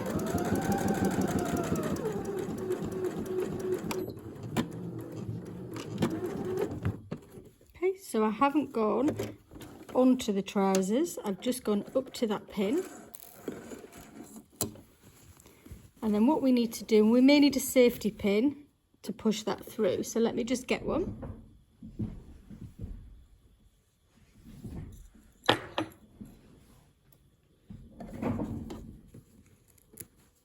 We put a safety pin on here and close it, we should be able to push it in and feed all of that back on itself. We're not going very far, but it just makes it a little bit, oh, hang on. Should read my own instructions, shouldn't I? We need to trim that first. So we're just going to trim the corner here. And we're just going to take some of the bulk off. So if I trim into there, I can cut all the way across. I'll show you properly in a second. There you go, so we just took the bulk off so it's easier to turn. And then back to what we were doing, which is with the safety pin. We can pull that all the way through.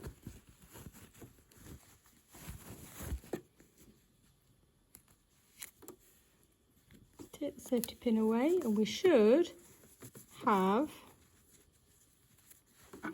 there we go, a really lovely little extension piece. So this is our trouser finishing, and that's the extension piece on our waistband. It is open at this point, and that's quite correct. So if you meet me at the ironing board, I'll show you the next step. Okay, so we're getting into some of the finishing details, which is quite exciting. So what we're going to do, this is our short edge where we didn't have any overhang. We're going to tuck all of our seam allowances up into there and out of the way.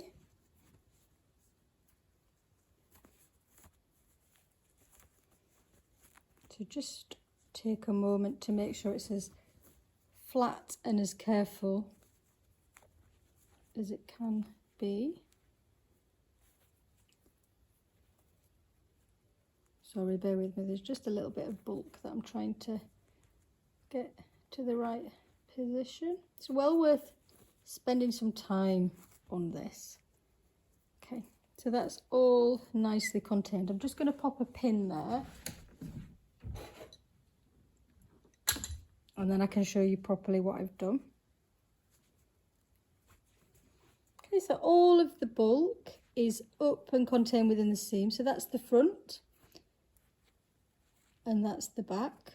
We're going to do that all the way along by simply pressing in half the waistband here, and then we can pin it at the bottom.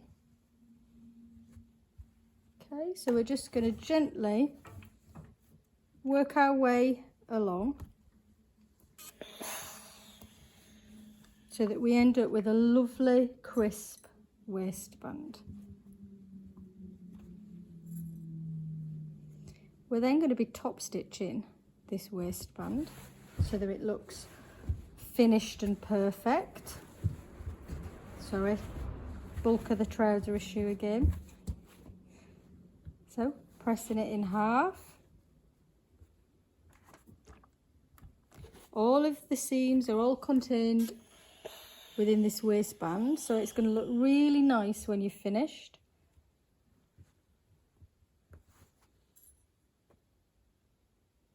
Well worth taking your time over this point, because you are nearly there. Now we do have, I think it might be the buttons next, so I'm going to show you how to put the buttons on using the sewing machine, which isn't something that everybody does, so it'd be nice for you to see that in action. And then we have the buttonhole extension, and at that point we're going to attach the top to the bottom, and you're done. Okay, so that's all nice and pressed. I'm going to continue to pin it, and then I shall see you at the sewing machine and I'll show you where we're going to be top stitching. Right, so we are top stitching. So we have a stitch length of 3.5. I've just popped that up. Now what the instructions mean by stitching all the way around the waistband, it means that we are going to be stitching, let me show you, along the top, down, and along the bottom and back up. So obviously not this small, we're going to go all the way along the top of the waistband, then down when we get to the end. But what is important is that at this end, where we've got the open edge, I want you to leave 2 centimetres, so measure it. Look, I can measure it on here. That's my 2 centimetre line. That's where my needle goes. At that point, we're going to come down, so we're going to leave this bit open. So I'm going to start at the other end. And shall we have a chat whilst we're going through this? Why not? Okay, I'm going to start here. I'm going to, if I can, if you can, I want you to put your needle all the way to the other side so that it's much closer. And because this is a really nice detail, I want you then to go halfway across the foot. So can you see the fabric goes halfway across this toe? We're going to do our back stitch as always, and then we're going to go. So as I do this, I suppose now is the time to ask you how you're feeling. Give me some comments below. I'm presuming if you've done this in one, you might be feeling a little bit tired by this point, and that's perfectly normal. I don't think there's very many people who sit down and finish an entire garment in one, especially not a garment that's as tricky as this. Most garments don't have all of this top stitching and hemming that you've done, and most garments are pretty straightforward. Now this is a very different garment because of how you can put it on, or how you do put it on, so it's going to make a few things sort of be questioned in your mind. So I suppose what I'm saying is I don't want you to feel disheartened if you're feeling like you need to take a break. Because between me and you, I probably do myself. Right, I'm coming up to the bit that I want to show you. So this is the bit where I want you to leave the gap at the end. So needle in, foot up, foot back down. We're going to come all the way down. And then we're going to spin around.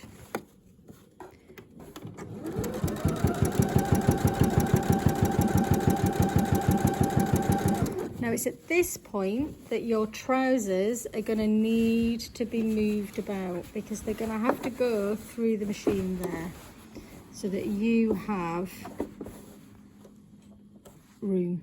So you're still using the edge of the waistband, but you're just going to be stitching through all of the bulk. And I've put my pins the wrong way round because I'm an idiot.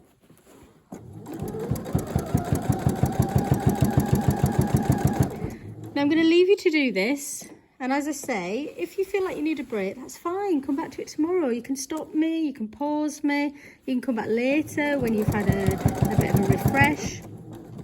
We're going to go all the way around, and then I will see you for the next step. Right, so I've popped the trousers to one side now, and we're going to work on the buttonhole extension. So we have the buttonhole extension piece here. I'm going to have it so that the right side of the fabric is facing me, so I can see the buttonholes there. And I'm going to place the elastic in the center of this seam here. Okay, so you may want to measure. I'm going to put a pin. I'm going to put the pin in this way around, and you'll see why I've done that in a second. Excuse me. So this is in the center. I'm then going to just move that out of the way because I want to fold this button extension piece in the middle. So it's a bit awkward because the elastic is fighting us, because obviously the elastic stuck out at the bottom there. So the first thing I'm going to do is just pop a pin there,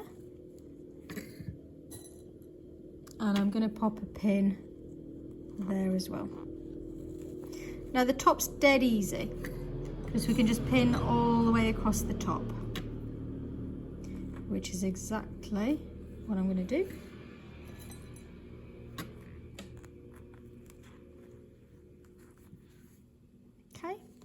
And then on the bottom, I'm just going to tuck that elastic inside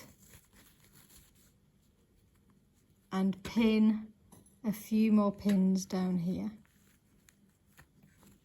Now I want to leave the gap, because we're going to have a gap because it's elastic, but I want it to be as small as possible.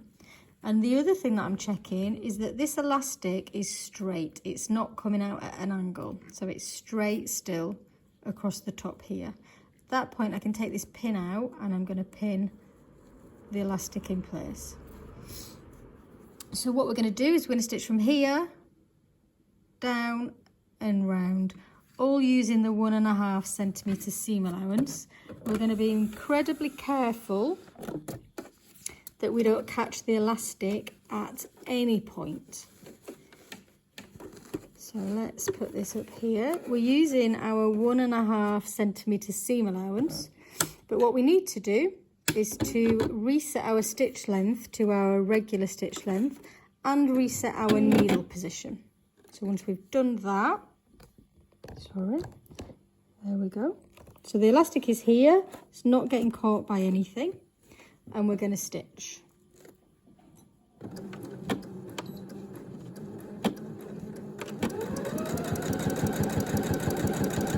Again, if we want to judge this corner, if we put our needle in and spin, you can see we're way past here, so we haven't gone far enough. So you can turn one stitch at a time if you like on the flywheel and then recheck. So I'm still not quite there, so let's do one more. Always better to be short. There we go. We're exactly where we need to be. So it's just have a little patience. as I was stitching along there, I was checking all the time that I wasn't catching the elastic. And I'm doing the same now when I come back down here. I'm not quite there yet. One more stitch, I think. There we go. And I can come all the way down the edge.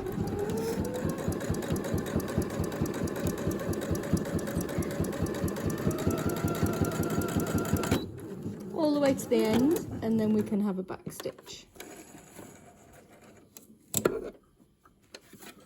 So now we just need to snip some of these corners. So we're going to go across here, across here. We can take that elastic if we need to, and across here. We're just going to snip up here so that we don't cause a problem, and then take away the excess.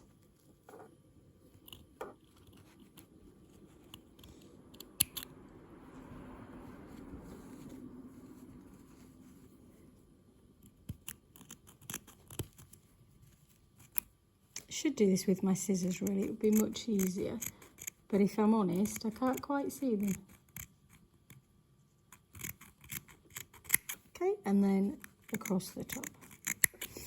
So this is what we can see. So the elastic is coming out, but we've trimmed all the way around. We can now pull that elastic through,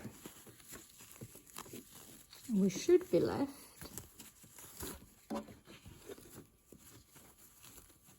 with a beautiful little extension piece. So you can go in there with a knitting needle to push these corners out to make them lovely and neat. We can push all of those, all that seam inside. You can see the buttonhole markings are there, all three of them.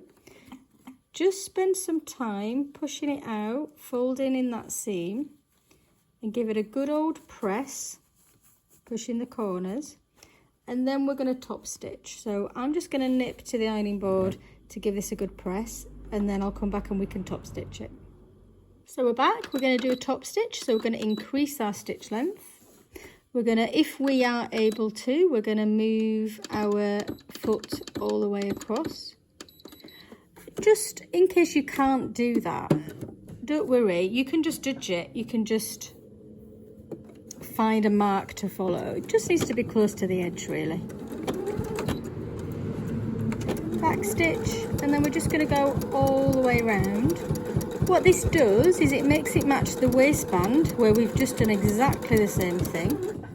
It's a really nice detail, but more importantly is it closes up the gap that we left to pull the elastic. So we're killing two birds with one stone here.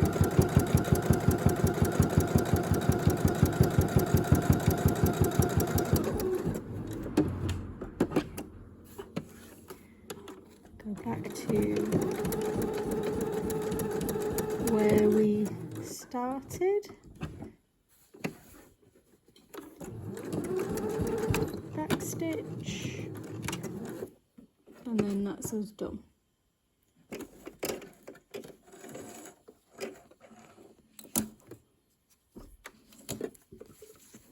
Okay, now we're going to create 3 buttonholes in here. I'm going to show you how to do the buttonholes on an automatic buttonhole machine, which is the one that we're using, and I'm also going to show you on a good old-fashioned 4-step buttonholer, so that at least you know. I will probably do the 4-step first, so I'll go and get that set up, and I'm going to do the buttonholes in that bright green thread so that you can see it better. And also you need your buttons for this, so if you gather your buttons and your buttonhole foot, we can work our way through it together.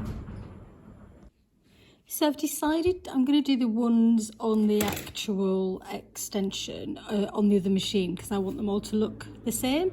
Sometimes different machines, they look different, that's all. So I'm just going to do it on practice fabric on the 4-step buttonhole machine. So I have my button here, and I've just marked a buttonhole that's slightly bigger than the button. Now, the automatic buttonholer will do that for you, so you don't need to worry about the size of the buttonhole. Just going to move you so that you can see the settings on this machine. Okay, so can you see here we've got 1, 2, 3, and 4 is actually the same as 2. So what happens when you do a buttonhole on one of these machines is your first step, you go up the left-hand side. Second step, you do the bar across the top. Third step, you come down the right-hand side. And then the fourth step is a bar across the bottom. So you're in charge of stopping and starting, and you're also in charge in flipping the settings between these. So the settings are here. So up the left, across the top, down the right, across the bottom. So I will physically have to flick through these. Again, the automatic ones don't do that, but it's not a problem. The other thing to notice is on this style, this is where you want your stitch length to be. I always think that looks like a buttonhole, whether it's supposed to or not, I'm not sure. But you kind of want it closer to the 0. So I've got it about halfway. And then I'm going to have to lift you up to see this. But then the actual width, I am going to set to 5. Okay. Sorry, put my attention on 4 where it should be. And that is how we're going to start. So the next thing to consider is the buttonhole foot. So this is the buttonhole foot. So as you can see, it slides, but you are in charge of it sliding. Okay. So you can't judge anything other than by eye. So can you see that there is a red dot that moves along that scale up the side? So it's up to you to see how many of those dots up you go before you go across the top, and then you can judge how far to go down before you stop at the bottom. So you are in charge of that when you use these types of machine. So we're going to pop our foot in, and we're going to line up. I'm going to show you in a second, but let me line it up first. Okay, see the best way for you to see this. Can you see in there I have lined up the red dots, and I've also lined up the needle with the bottom center of the buttonhole. And that is how we're going to begin. So I'm going to put it onto the number 1, which is to go up the left hand side.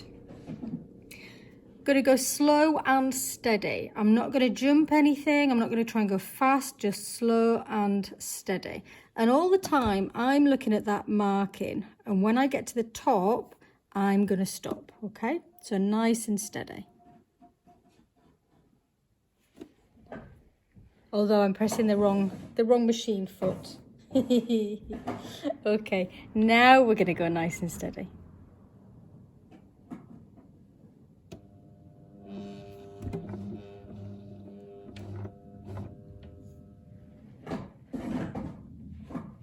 Sorry, it was caught on something. Now we're going to go nice and steady. Third time.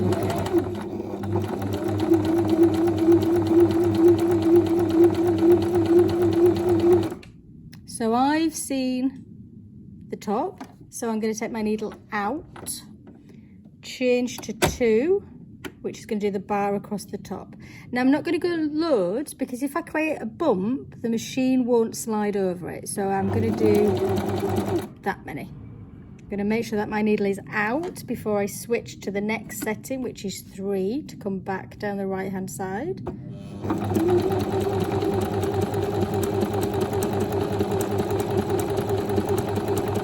Then I'm going to stop, lift out, go back to the setting for the bar, and do the bar across the bottom.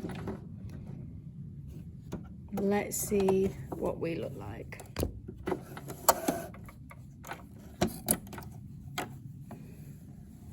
Okay, so there is our buttonhole. Now, buttonholes have always been a bugbear of mine because I don't think on a domestic machine you can get a perfectly looking buttonhole, but I think that's pretty close. A couple of tricks that you might want to think about. If you loosen your top tension, apparently that makes a big difference.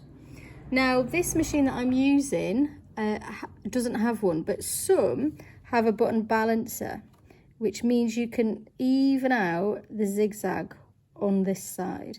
But I actually think that is not 3 bad. The next step that you're going to do, you're going to take a pin, and this is important. I'm only going to show you on this one. Pin across, and then you need your unpicker, and you're going to go in at the bottom. I'm trying to get you in the light. In at the bottom and slide all the way up to the pin.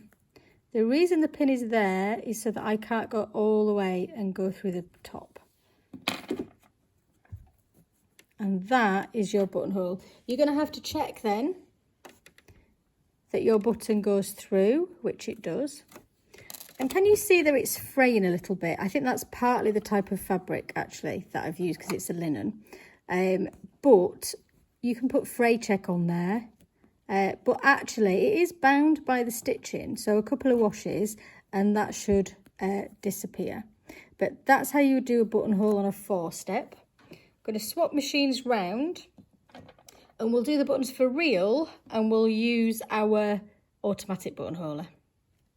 Okay, so we're going to do it for real on our extension piece now, so using the automatic buttonholer.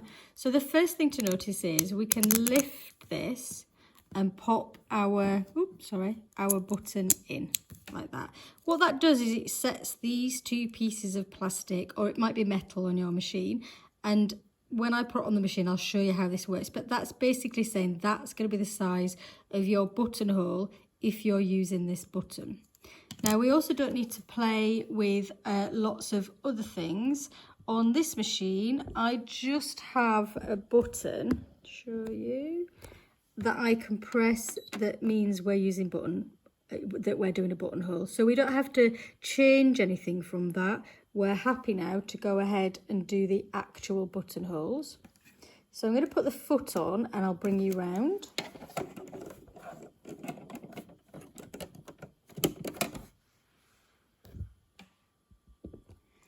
One of the things to be careful of with an automatic buttonholes is that it works on a sensor. So I'm going to pull this down and it's now between those 2 plastic nodules that I showed you.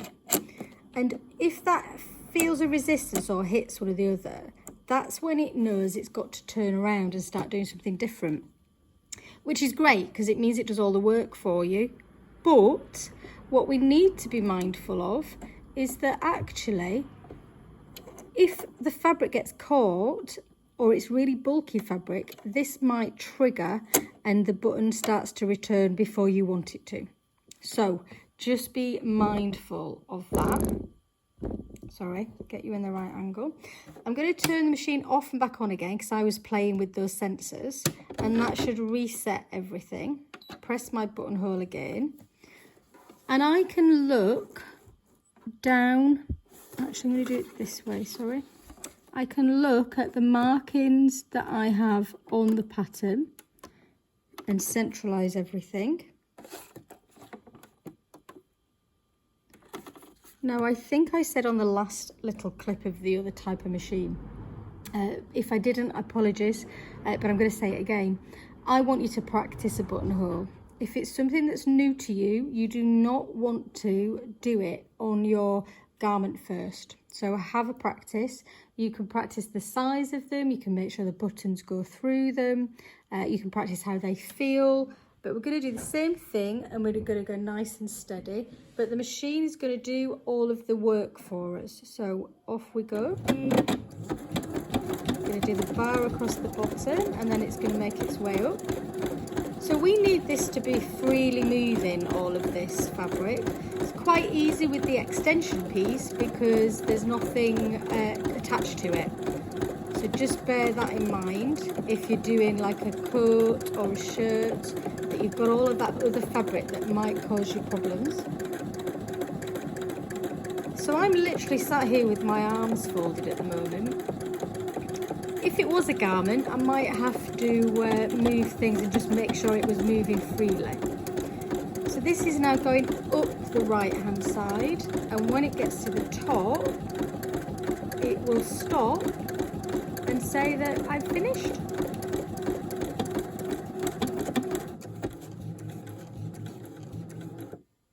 Okay, and that, so I didn't have to stop, the machine stopped, I still had my foot pressed down. And that is our buttonhole. So we're going to open it up just like we did the other, and then I'm going to do the other two. So if you do the same, and then I think the next step might be doing the buttons themselves. So I'll show you how to do that on the machine too. See you in a minute. Okay, so there are my 3 buttonholes. And what's underneath is my waistband and the 3 buttons that were marked. Now, before I put the buttons on, I want to check that they match up with the buttonholes. So if we'd have gone slightly wrong with the buttonholes, we can just adjust the buttons accordingly. Okay, so now that we're happy, I'm going to show you on the machine how to put your button on. Now, it involves this little foot here, which I think comes standard with most machines now. So let's first of all show you how to pop it on.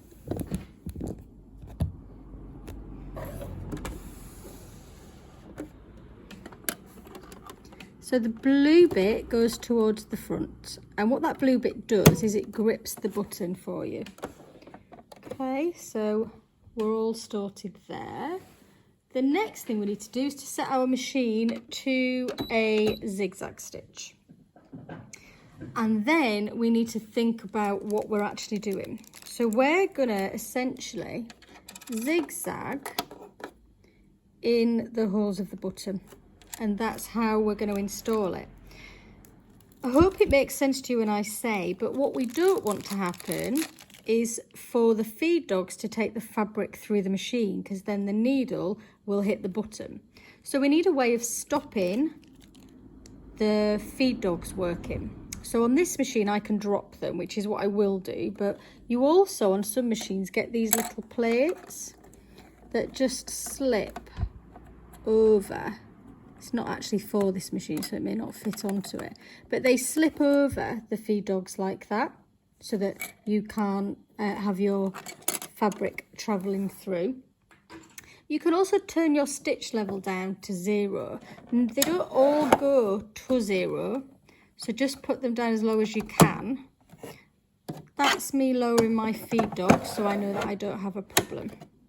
So the next thing, which is just as important, because all of this is doing is protecting our eyes, we're going to pop our button precisely over the cross, she says. There we go. And then we're going to pop it through there, and we're going to put the foot down so that the holes in that button, let's see if we can get you a better view. So the holes in that button are between the feet. Now I'm going to turn my flywheel by hand. This bit's important because if the stitch is too big and it hits the button, which that's just slightly hitting, we don't want to be going for it with the foot, press the foot, because it's going to hit the button and it's all going to go wrong. So we do a little test. Now I think it just needs to go slightly over. So let me just adjust that.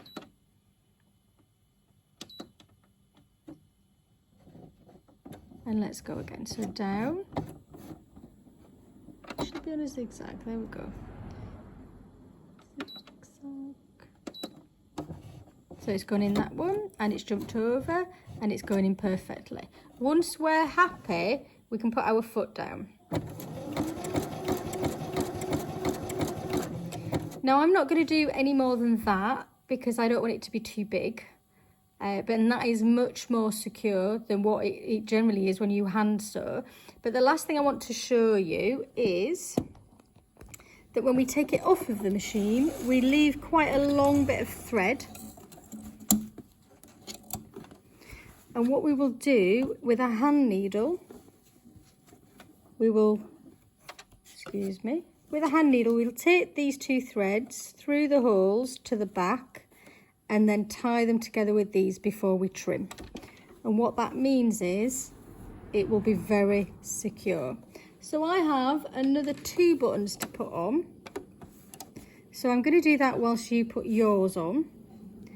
And then we will take a look at attaching the bodice to the trousers. See you in a bit, guys. Okay, I want to try and explain what this next step looks like, which is quite difficult, so bear with me. Let me explain what you are looking at here. This is your trousers, okay? So the waistband that you were just dealing with is here, and I've put that all the way out of the way towards the bottom. This is the front of your trousers, and the right side of them are facing the ceiling.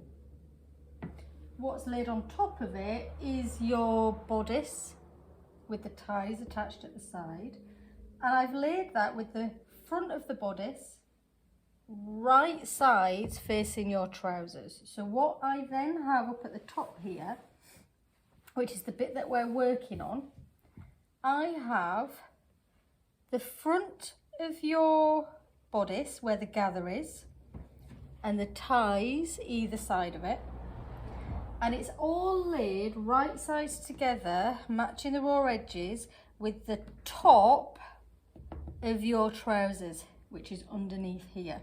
So the front of your trousers, the top of them is underneath.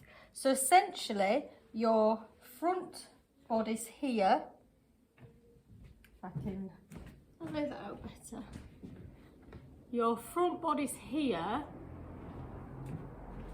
is laid right sides together onto your trouser fronts, and that is where I want you to start. Right, now let's fight through it. Just because there's so much fabric, it's really difficult to show you.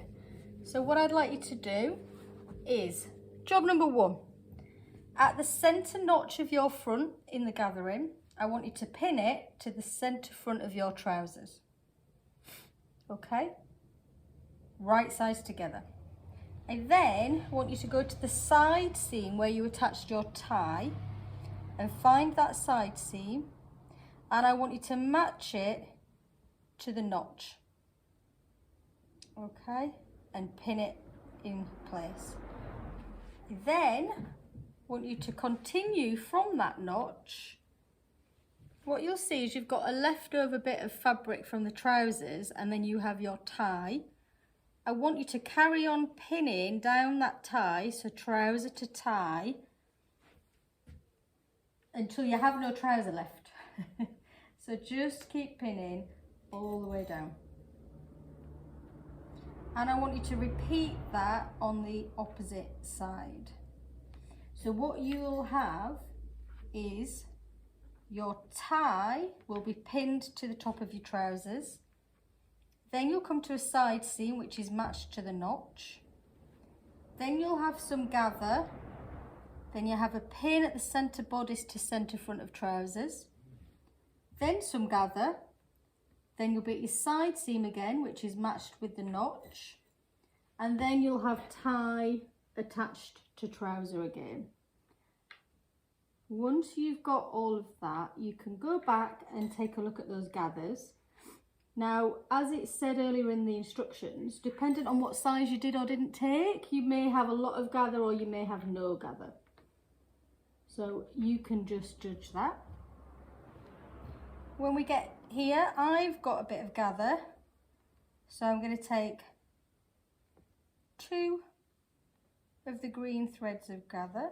I am going to show you some close-ups, but I want you to see how it's laid out first, and then I'm going to show you when we've pinned it what the actual end result is, so it will help you understand. So I'm pulling these green threads for the gather, and I'm just gathering between that side seam and the center notch at the front of the bodice. Now I'm struggling pulling those gathers, so my advice is, if your gather isn't easy to pull, try the two that are on the reverse. Sometimes that's easier. It's probably the angle that I'm at as well, trying to show you what's going on at the same time.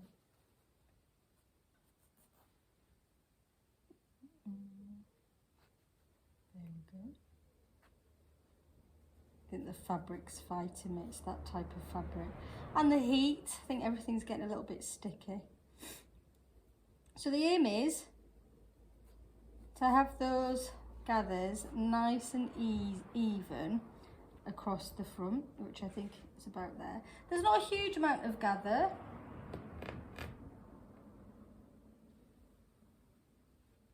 So don't worry about that. It's not going to be a long task. Just needs to be some gather. Okay, and then I'm pinning that gather in place.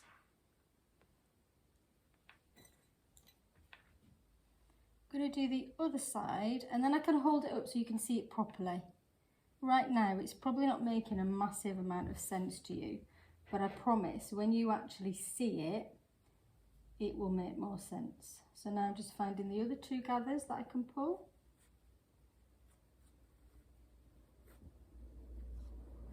This side's much easier. So be patient with the gathers. It is worth just spending the time getting them even.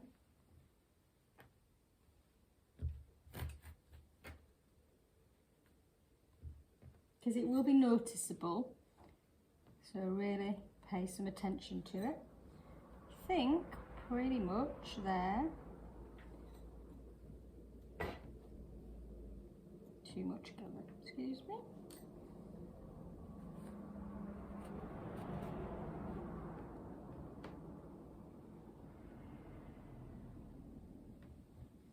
My pins are coming out.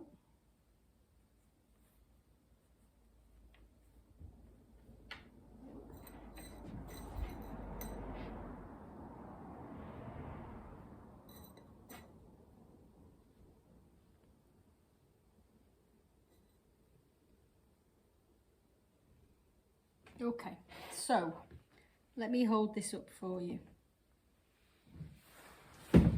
Right, so you have on this side tie, then you've got the right sides of the tie and bodice facing the right side of the front of the trousers. So we're pinned across, we then get to the side seam, and that's matched where the notch is on the trousers. We're then gathered between side seam and side seam here. And then we're going to continue along the tie until we get to the end of the trousers. So we're just simply going to stitch across there with a 1.5 centimetre seam allowance. I'm going to do it with you so that I can yet again just explain what bits are attached to what bits. Because when you've got all of this fabric, it does become a bit of a nightmare, doesn't it, guys? So I'll pop you around at the machine and then we can go through it together. Okay, are we ready? Let me explain what you can see here. So here is the tie and it's going all the way back there. We are at the edge of the trouser and this is the tie. We've got the right side of the tie facing the right side of the trouser, and we're just going to stitch at our 1.5 centimetre seam allowance, and we're just going to stitch down this row. Eventually we're going to get to the side seam,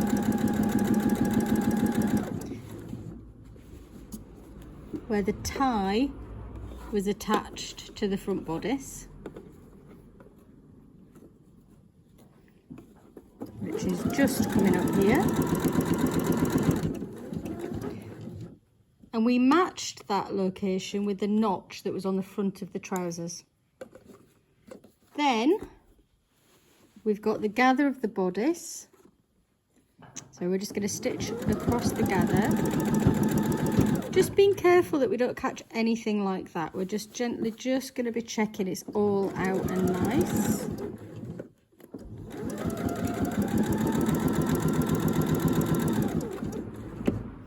Taking the pins out as we go. We'll get to a pin that marked the centre point, which is where we started off with the gather.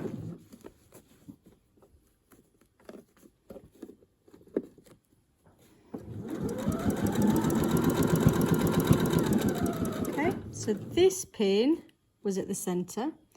So we've got the other half of the gather to go.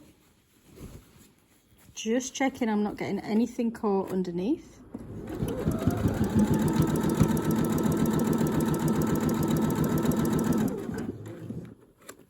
And then we're going to end up at the side seam again, where the tie was attached. So at that side seam, that's matched with the notch on the bodice front, sorry, on the trouser front, which is here. Take that pin out. And then we continued along the tie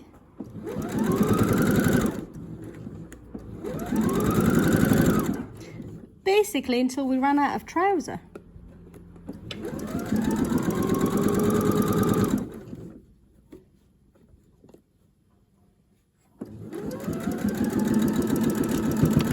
And then we're doing a back stitch.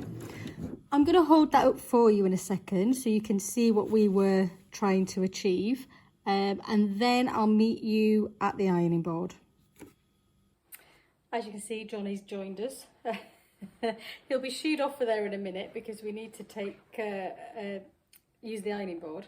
So let me just show you what you've been stitching, show you what you should have now. So that is the bodice, that's the t-shirt bit. And you should now be attached here to the tie. So your trouser front should be attached all the way. So that's the front. You'll then have this really bonkers bizarre bit that just sort of flops to the floor. And at the other end of that is your waistband. Now, I will be doing a video tutorial as to how to put this on, when I've done it. But first, let's get it finished. What we're going to do now, the seam that we have just done, we're going to press upwards and we're going to finish it from the side seam, so just across the bottom of the gather. There's no need to do it in the other locations, it's just across the bottom of the gather. Okay, when you've done that, I'll meet you with lots of pins. Okay, so this seam is pressed up. Let's move that for you. So this was our tie attached. We're going to press all of that seam up. So this here is the back of your bodice and this is the trousers. And what we're going to do now is we're going to finish the tie. So we're going to take the tie and see how it's not attached at the top half. And we're going to fold that backwards underneath. So we're folding it with the right sides of the fabric together. So these are the right sides. Step you back. These are the right sides of the fabric tie. And then it's very similar to how we did the other waistband. So I want you to make sure that the bottom edges match. And we're not going to be stitching beyond the bulk of where this trouser comes. And I want you to pin that all the way to the end of the tie. And then you're going to stitch. So let me just get you right the way to the end of the tie. So when you get to the end, you're going to have a section like this. So you're going to stitch down, turn, and then go all the way down the tie until you get to the edge of the trouser here. Okay, so we folded it with the right sides together, so the trousers are sandwiched between there again. I want you to do that on both ties, and then I'll show you how to turn them around. Okay, see you in a bit. Before we turn the ties, we're just, oh, easier to see on that side. We're just going to clip the corner so that it turns nicer, and the end, so there's not a big bulk in the end, like so. And then we're going to use a knitting needle to turn it. So if you take the blunt end, and the trick is the starting point. So you want to put your needle inside and then carry on pushing. Now it's a very long tie, longer for some people than others, but what you don't want to do is to get it all gathered at the end, because then it'll be really tricky to turn. So as soon as it comes out the waistband, just gently sharpen out those corners, and then you can pull the needle out and then pull the tie through. Ta-da! So we've got another one of those to do. I'm going to trim the edge just like we did on that one, and then we're going to use the knitting needle. Now, there's lots of things out there that help you turn curves, help you turn tubes. I really like the ones that Prim do, which are like a plastic tube, and then they have various things to stick in it, like chopsticky type things. I do find them very helpful, but they're just not quite big enough for this. So you can't beat a knitting needle in this situation, in my little opinion. So I'm just making sure it's all nice on the end. I can get rid of the needle and I can continue to pull it through. Now I have a little bit of work to do at the ironing board, but bar a little bit of top stitching and attaching our zip extension, you are finished. Okay, so we're not long yet, not far yet. Oh, I can't speak today. We are not far off yet. There's not long to go. Get my words in the right order. And you will be flouncing around in your Serene jumpsuit, and you'll know all the secrets about it. So I'm going to get Johnny off of the ironing board, because that's just where he's crept, and I'll see you there. Let me explain what you're looking at here. So first of all, this is your tie. It's all pressed beautifully. Take some time pressing that, because it really does need it. This is the inside of your trouser leg. This is your back bodice, and this is the front bodice. So the area that we're looking at is this section here. So what I want you to do is just move the bodice out of the way, and I want you to press the seam allowance over, and that seam allowance is on the tie, and it's just the tie. So it's the extra bit of the tie that's not yet fastened to anything. When you've done that, I want you to do the same along the top edge of that tie. So it's just pressing that seam allowance in.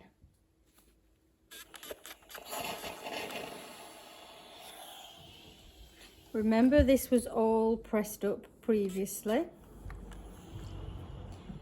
We should be able to tuck that in where we finished stitching the tie, and now we should be able to fold everything over so it's all neat and precise. I'm just going to put some pins in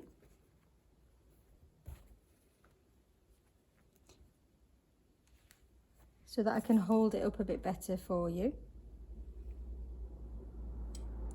Very similar really to how we did the waistband, but there is just slightly different at this junction here, that's all.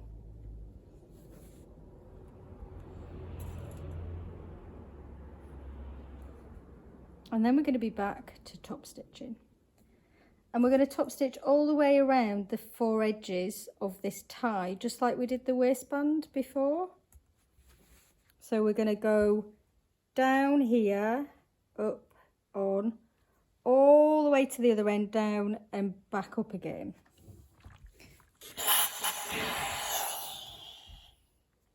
Okay, so that is what you're looking for. So all of the seams are tucked in where the trouser meets. All of the seams are tucked in, and then at the junction where the tie meets, all of the seams are tucked in and neat. So we're going to top stitch down on all the way down the tie, back round again and finish here. Now I'll leave you to do that because I think you're more than capable, and don't forget you've got to do that on both ties. Then I need you with your kit off. So I need you with your jumpsuit, your extension piece, and we're going to put it on so that we can set that extension piece in the right location. See you in a bit. Okay, no grand reveal yet, you've got to wait. We've got some few more steps to do. So I have the bodice on. I've got like leggings on there so you don't see anything you shouldn't. This is the front. I'm just going to ignore the front and I'm just going to let it fall. What I'm interested in is the back. So find the back of your trousers, and I'm showing you the inside of the back, and that's where I want you to be looking. I want you just to take a note. I have attached the button extension to the buttons, but I've only used those two just so that we can have some flexibility if we need it. You can judge that yourself whether you want to do it. I think it's a good idea. So that's the back. You're looking at the inside of it. I'm going to take a hold and I'm going to take my arm under here and I'm going to grab it. Here. I'm going to pull it all the way through. Your front leg will probably get caught up a little bit, so just uncatch the front. There we go. So I did have till I dropped it. That is the back piece. Now I'm not really bothered about what the front piece is doing at this moment in time. I'm only interested in this fastening across my tummy. So I want you to fasten this and pin it at your natural waist. Now I know I'm always banging on about my natural waist, but if this doesn't fit you at your natural waist, it is never going to look flattering. Okay, it has to be up here on your natural waist. Some people call it your high waist, call it whatever you like, so long as you have it in the right location. Okay, because that's what sets the crotch depth and everything else. So you're going to put it on and you're going to make it comfortable. Remember, if you're going to jump up and down, you don't want it to fall down. So the elastic has to be working a little bit. So I'm just going to pin. Considering that I've got a little bit of leeway, I think that's fine. I can live with that. So once you've put a pin in there, just going to check the instructions because I'm not sure how I asked you to do it and I don't want to confuse you.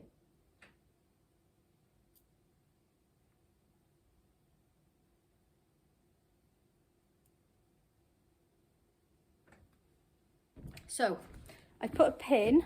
What it tells you then to do is to put a pin there. Let me draw it. So it's asking you to put a pin where the elastic is next to the waistband. Can you see where I've drawn that blue line? Obviously I've picked a pen that's not great. You can do it in pen, doesn't have to be a pin. Okay, so that's what I've done. I can now take it off. I think you're going to laugh at me because I've actually left the top on just to prove that you can take all of the bottom off, leave the top on, and it not cause you a problem.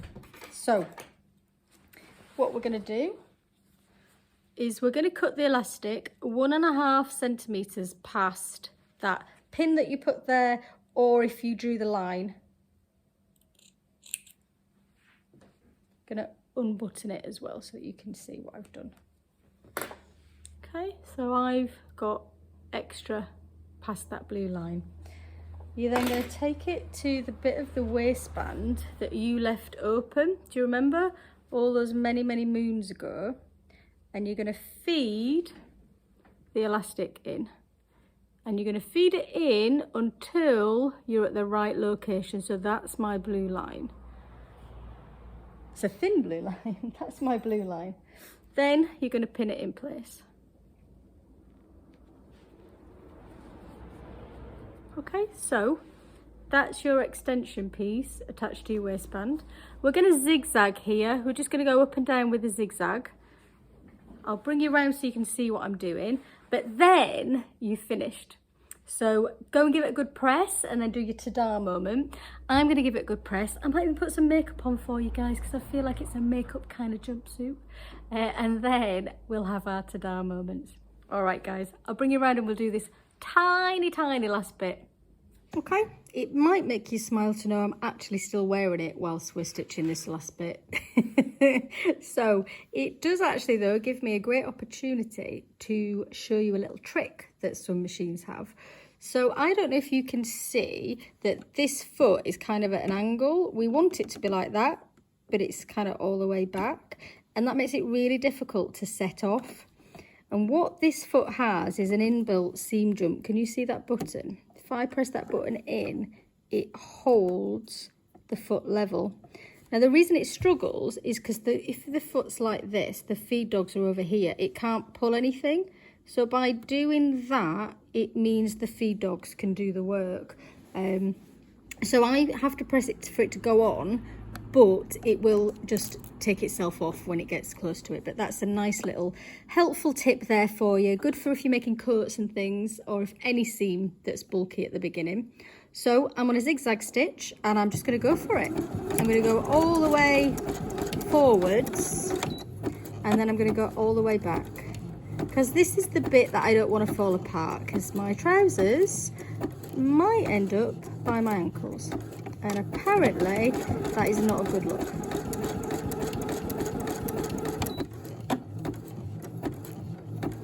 Okay, I think that's enough. Ready for the grand reveal. I'm going to give it a good old press, and as I said, I might put some makeup on and we'll have our grand reveal. All right guys, I'll see you soon. Right then, are you ready? So I've given it a good old press, finished everything that I need to finish, and now it's the ta-da moment. I thought before I revealed, if you like, I wanted to just show you how you should be wearing it. So I'm still here with the top and the trousers all in my hand. So this is what we're gonna do, guys. Just like before when we measured, this is, let's show you here. So there are the trousers out there. This is the back, and you can see the wrong side. So I'm gonna take the back, just gonna drop it and put it underneath. So I've still got the back here. You can see how the trousers start to form. Now when we were fitting, we took this band here, didn't we? We brought it across the front. What I want you to do is to take it underneath and fasten your buttons. Now I can't show you this bit because the actual tracks I can't kind of get out to show you. If you just bear with me whilst I fasten these buttons.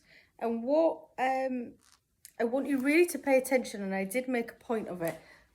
Can you see how it's fitted on my waist up here? So it's not down here, it's on the thinnest bit that I can find, which actually coordinates with where my leggings go. So it's important that that fits. Imagine if it was longer. The trousers are going to get longer and longer, okay? And the front is going to get lower and lower, which is not a great look. So once you've fastened it there, you'll notice this is lower, but it's designed to have a little bit of a blouse on effect there. So you're going to pull that up. So again, it's on your natural waist. All I've done is cross the ties at the back, and then I'm going to tie it underneath. Should have enough to do a small bow, or you can just do a double tie. That's completely up to you. So then just on the wonk, give me a minute. Okay, and there we go. So there are the splits at the side, and there's the opening at the back. I really, really like this jumpsuit. I'm really pleased with the fabric. As you can see, you can't see all of your flesh there at the back because it's slightly longer. Yeah, I really love them. I love the flow of them. I love how they flatter me here. I honestly really love this jumpsuit. If you do too, let me know. Put all of the information in the comments. Tag us on social media. I want to see you in your fabulous jumpsuit that you've just made. You can use different fabrics. I've seen them done in linen. I've seen them done in viscose. This is a crepe. So long as it's woven and not too heavy, you will be absolutely fine. I think it dresses itself up and down. I do think it's a transition seasonal piece. Lots of people think because the split maybe not, but if that's a heavy linen, you have so much wrap across here. You've almost got 2 pairs of trousers on for the majority of your leg. So it's definitely not going to be a cool make. But yeah, I love it. I hope you do too. Now, obviously, you can put it on with the top and walk around with the legs in your hand. But the beauty of this is we can also do that for lots of other reasons. So one of the reasons I designed this jumpsuit was because I hated going to the loo and having to get completely naked. But as you can see, I've took off the trousers, obviously not gonna do anything with my leggings at the minute, and we can go to the loo without any problems, and then we can simply, as we did before, find the back, pass it underneath our legs, fasten it at the front, and then tie our waist. I hope you like it, guys. I'd love to hear your comments, and I hope you're swaggering as much as I'm going to be this afternoon. All right, see you later. You take care. See you the next time. Bye.